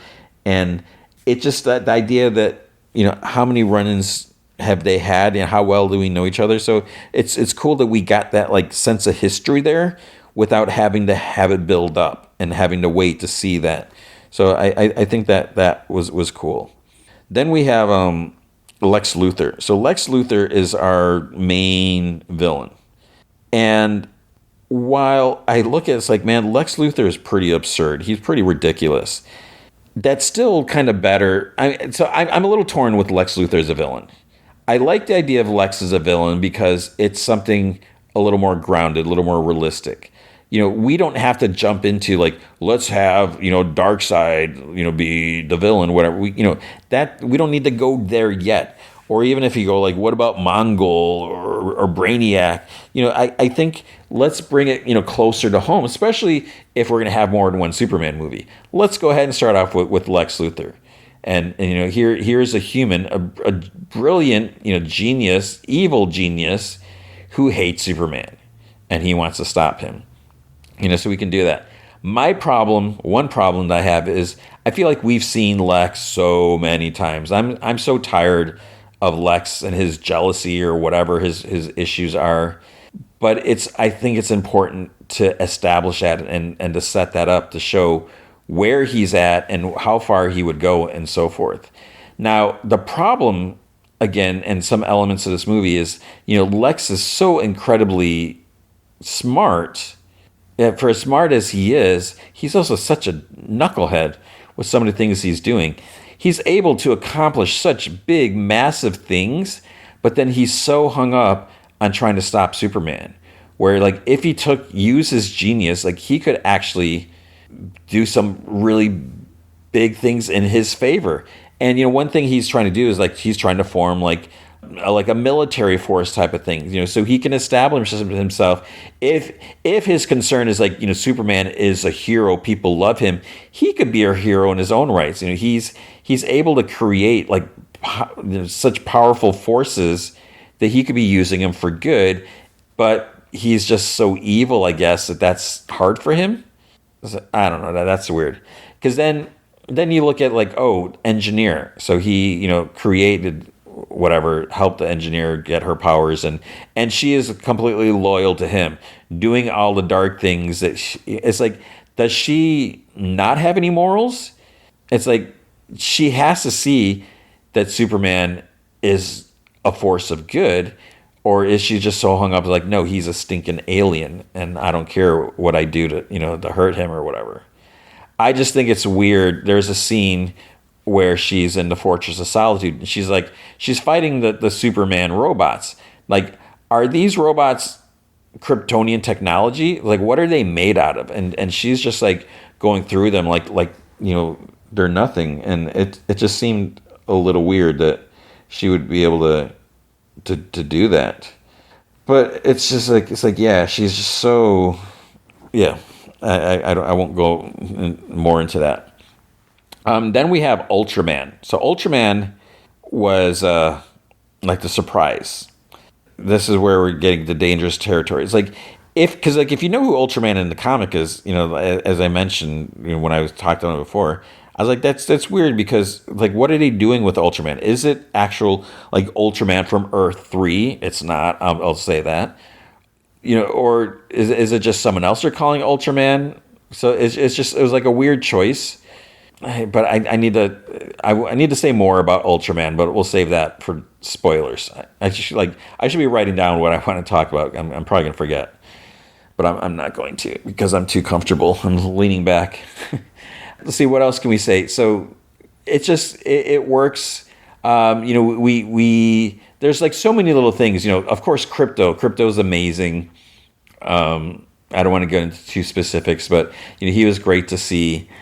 Then at the Day of the Planet, we got Perry White, Jimmy Olsen, we got Cat Grant, we got Steve Lombard, we got what's his name? I'm forgetting. Ron, what's his name?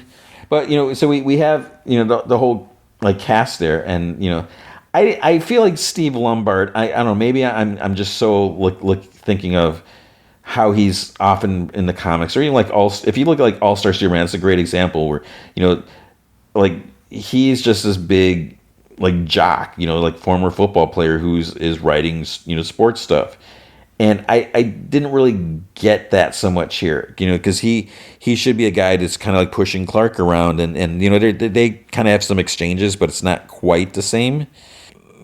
Clark Kent, should we again? I'm jumping all over the place.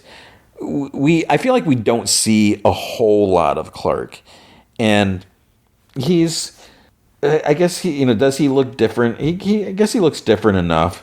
It's not quite like the Christopher Reeve Clark Kent, but I think he does a good job in that. Jimmy Olsen, I feel like Jimmy Olsen. I don't really know what his position was here, because at one point it's like, is he writing an article, or is he even a photographer? He's supposed to be a Cub reporter, but is he a Cub reporter? Is he a full-fledged reporter? Like, what's his status? Because he does some important things, and there's like one person who was kind of like head over heels for him, and it's like, is Jimmy supposed to be like a heartthrob? Like what's going on with that? Because that's not who Jimmy was. So there's a little nitpick, whatever. So overall, I mean it's a good movie. What's interesting, it has a $225 million budget, and they're saying there's a thing that says the Wrap mentioned in June 2025 that Superman needs to gross more than $500 million worldwide to be profitable. But see, where are they getting that from? Because it's always supposed to be more. It's supposed to be 3 times. But then it says it would need to earn around $700 million to be considered a success. And the Hollywood Reporter said that the domestic opening weekend would be $175 million. Potential global of $1 billion. I don't know. We'll see about that. It's made $2.8 million from Tuesday previews. I think that was like the Prime member stuff, and then $21 million including Thursday previews.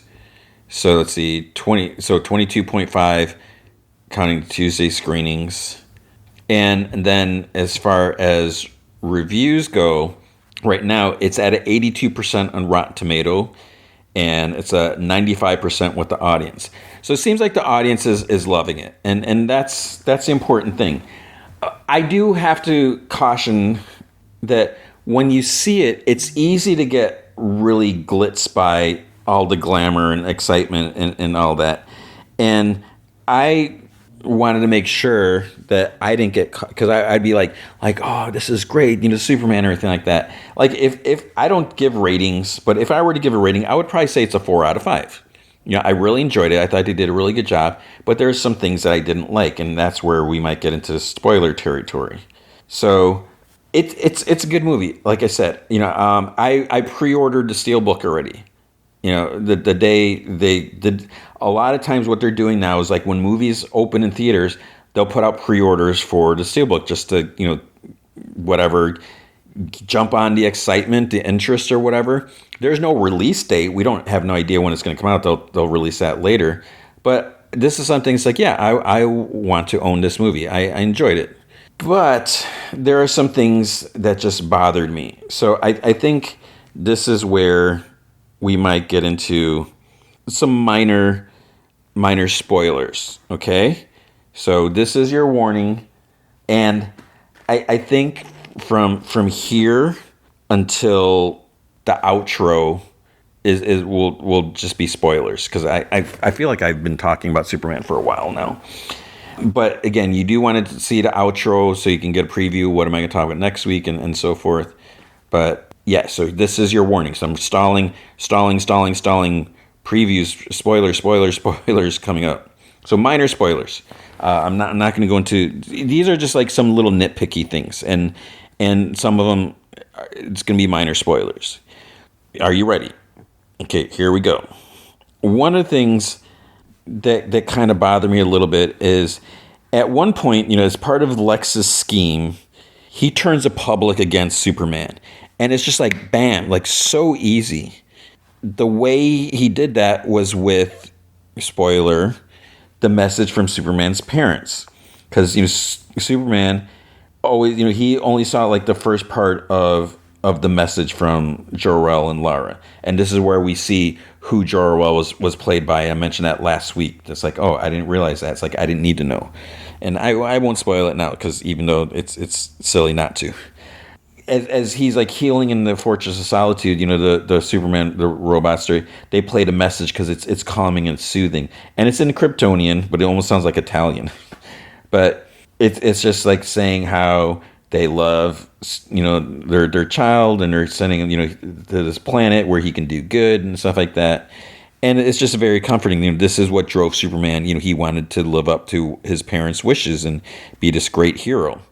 Superman, or Lex, is able to infiltrate the fortress, which I won't get into that.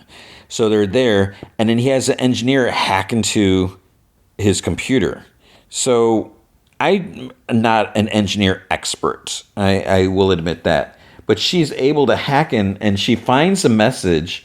It's damaged, and she's able to repair it. Even though the Kryptonian robots, everything about the Fortress of Solitude, couldn't retrieve or couldn't fix the actual, message. That seems a little weird. It seems a little convenient. And then it turns out that this message has some dark stuff in there about, Superman taking over the planet or whatever, which that seems very strange and very not Jor-El and Lara. It's like, wait, what? So then when Lex, he reveals this message, and it's in Kryptonian. So he's able to decipher Kryptonian. I guess they have the leading language experts are able to figure this out, and it's like just like that. 5 minutes later, they're able to decipher the whole message, and then everyone's like, it's like, oh, he's so evil, and they buy into it like that. Never mind the fact that, well, could it be how do you even know that the message is real? No one questions it. How did Lex get this? Who authenticated it? And I think Mr. Terrific mentioned that there's some like experts on that. So it's like they're leading experts. They're not corruptible. Like Lex couldn't throw here's $1 million, and just pretend that it says this. There's no question whatsoever. Or maybe they have a lot of integrity, right? But what if this is Lex Luthor we're talking about? Who's to say that he wouldn't threaten them? Find some way to blackmail or threaten to say something false. No one questions that. And then that's why people are throwing cans at Superman's head or whatever. And it's like, okay, Superman's out to conquer the planet, but we're gonna throw garbage at him and hope that he doesn't turn around and kill us. That doesn't make sense. But it's just the drop of a hat or whatever. Public just turns on him just like that. It seems so silly, and I guess that what people do when you look at, like, people love actors and then some potential scandal comes out and a lot of people turn their backs on them. Some people don't. So it seemed weird, the whole thing. There was another thing mentioned. This is just a minor thing. I don't know if I mentioned the hypno glasses. That was just like a throwaway comment. Is that really a thing? Apparently Superman used hypno glasses in some comic, and Tom King mentioned that to James Gunn. So James Gunn's like, oh, I'll mention that. I don't think we need to mention that. That just seems silly. It is weird. This is a super minor thing that, Rick Flag Sr., his hair is not white here. And, it was mentioned he was, Frank Grillo was doing something else. So, he couldn't dye his hair. But it's like you couldn't, and I don't know, could you digitally alter his hair to make it white? Would that just be too fake? Would it be too obvious? We just don't worry. There's no way to change that. That was kind of weird. Other spoilery, nitpicking things. So there's a huge event happening in Metropolis towards the end. It's like, evacuate Metropolis, get out of there. What's going on? And blah, blah, blah, all this stuff. But it's like, during all of that, no one is like, where's Clark? No one questions where Clark went. What is he doing? Is he safe? Is he dead? And even like in the aftermath, because obviously there's going to be an aftermath, right? No one ever says like, hey, where's Clark been? Has anyone seen Clark? Has anyone talked to him? No one even tries to talk. There's a point where they like evacuate the planet, and Perry's like, let's take, how many people can we take? And there's like, he's never like, hey, where's Clark? Has anyone seen him? Is he on assignment? It's like there's like nothing mentioned for that. That really bothered me. And then another spoilery thing is, I don't even know if I should, if this is, and I don't know if this is just nitpicking, but this goes back with the Lois and Superman thing. Lois is going to interview Superman, so they're like, oh, let's go over here. So they go off somewhere private so they can smooch. But then what Perry says to Jimmy, he's like, how long have they been seeing each other, something like that? And Jimmy's like, oh, a few months. So basically, at least Perry and Jimmy, I don't know if anyone else realizes this, but Perry and Jimmy are, figure that Superman and Lois are dating or seeing each other or something like that. But then where does that leave Clark? Is there any room? I mean, could they still say like, oh, it must not have worked out with Superman. Now she's, leveling down or whatever, and she's going to start dating Clark Kent. I feel like there was no reason to mention that, to make that comment. There's unless you're trying to say, oh, Perry, he's not a dum-dum. He's aware that something's up. I just feel like, we didn't really need that. So I don't know, but we'll have to see. Is there going to be any? Is Lois and Clark ever going to be dating? I don't know. And I don't. Maybe that's enough nitpicking. I don't know if I need to complain anymore about that. I will say, since I'm talking spoilery, and it's not really spoilery, but we know that Supergirl is supposed to appear here in the movie, and it looks great. I'm excited for, what's her name, Alcott or whatever. She looks great. I mean, I thought she was really good on House of the Dragon. Until they aged the character and she was no longer able to play the role. I think she's going to be a good Supergirl. It's going to be a slightly different take, but we've kind of seen some versions like that in the comic, so it'd be cool to see. I do find it interesting that she's kind of saying that, like, at one point she mentioned, spoiler, that Krypto is her dog, Because Krypto's supposed to be Superman's dog. Supergirl had Streaky the Super Cat. So it's like, where is Streaky? There is no Streaky. And does this mean that Krypto will be in the Supergirl movie? Because if they're going with the Woman of Tomorrow comic, Krypto was in that. So, okay. I mean, that's fine. That's not really a nitpick thing. And then let's talk about mid-credit and end credit. I won't even hint or discuss what they are. All I'll say is the Supergirl part is not a mid-credit or end credit. It's like, we see like at the end of the movie where we see her mentioned. So it's great.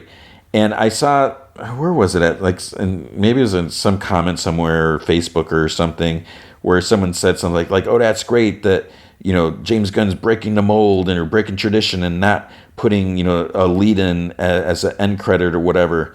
It's like, no, the way they made it sound like is he invented this idea of not putting the next movie lead in the mid or end credit scene, because wasn't like the Thunderbolts thing, I'm trying to think, or maybe I'm thinking like what the asterisk means, that wasn't an end credit thing, because I feel like that was a big thing in a movie, but maybe the other thing was a mid credit where we see the rocket. I'll just say, I don't know, but the mid credit scene, one, doesn't make sense with what happens right before. What we see someone with Superman. It's like, wait, that other person just went somewhere else and now they're back here. Nothing that is not worth like sitting around the theater to see that.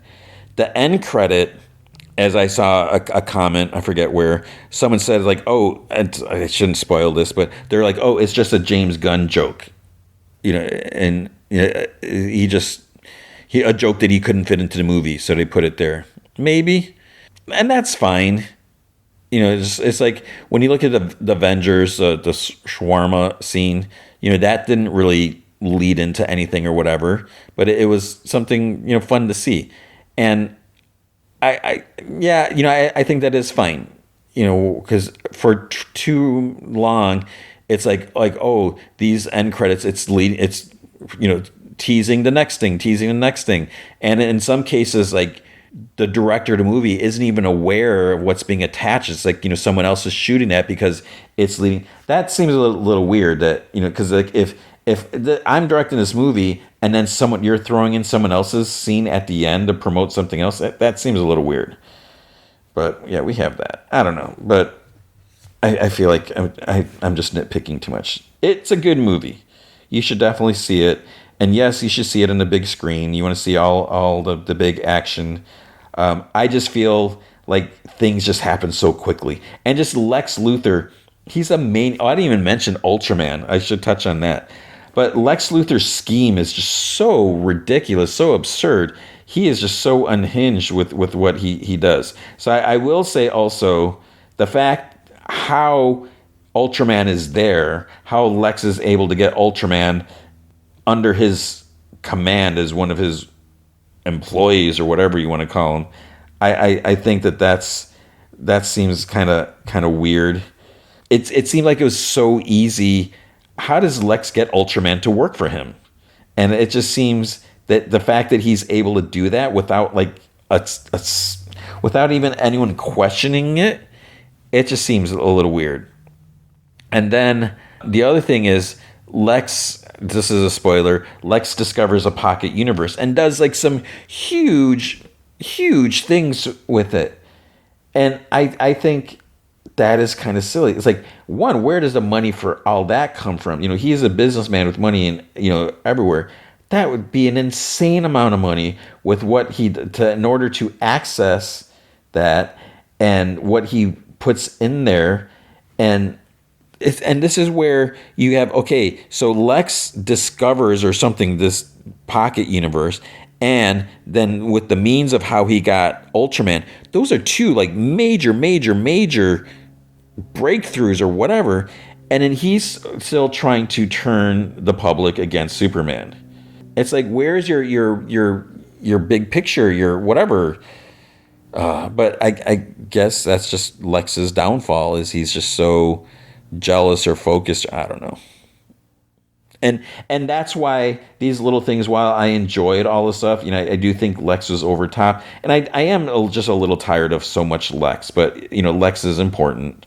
But this is why I wouldn't say it's a 5 out of 5. It's a perfect movie. It's not perfect. It is just really, really good. And I do feel like everyone should see this. And I feel like people will enjoy it. So go see it.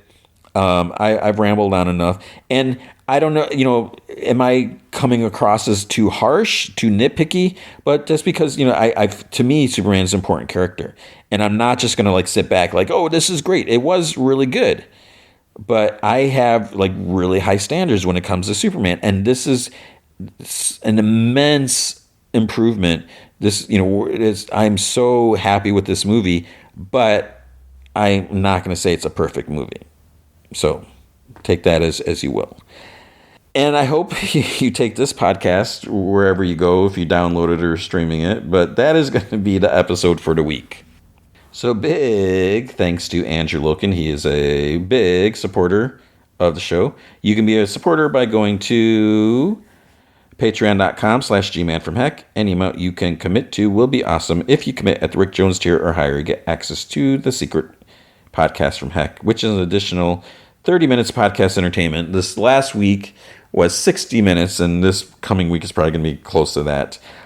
I've been talking about the Hobgoblin and Amazing Spider-Man, his early appearances. I will come back to that, but we're taking a little detour talking about the Rogue One movie, since I just finished the Amazing Andor Disney Plus show. So I wanted to, that leads into Rogue One. And it's been a while since I watched Rogue One, so I thought it was important to go back and see how they connect and everything. So you can hear all about that. But if you can't commit to a monthly commitment, you can also help out by going to coffee.com/gmanfromheck. You can buy me a virtual cup of coffee or two. That's ko-fi.com/gmanfromheck. Next week is going to be, I Know What You Did Last Summer. We have that. I was going to say Fantastic Four is the following week, so we have that. I think it's crazy. I feel like this movie just bam, they cranked it out. So I haven't heard anything. I don't know how it's going to be. I'm just really curious.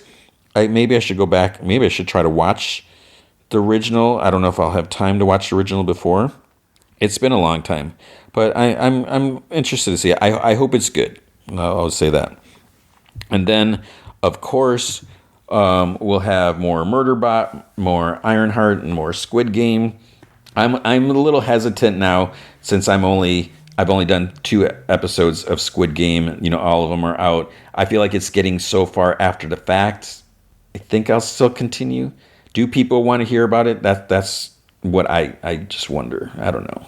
But that's going to be it. Yeah, so that's it. I hope you are doing well. I was going to say, this coming week isn't Comic-Con. I think that's the following week.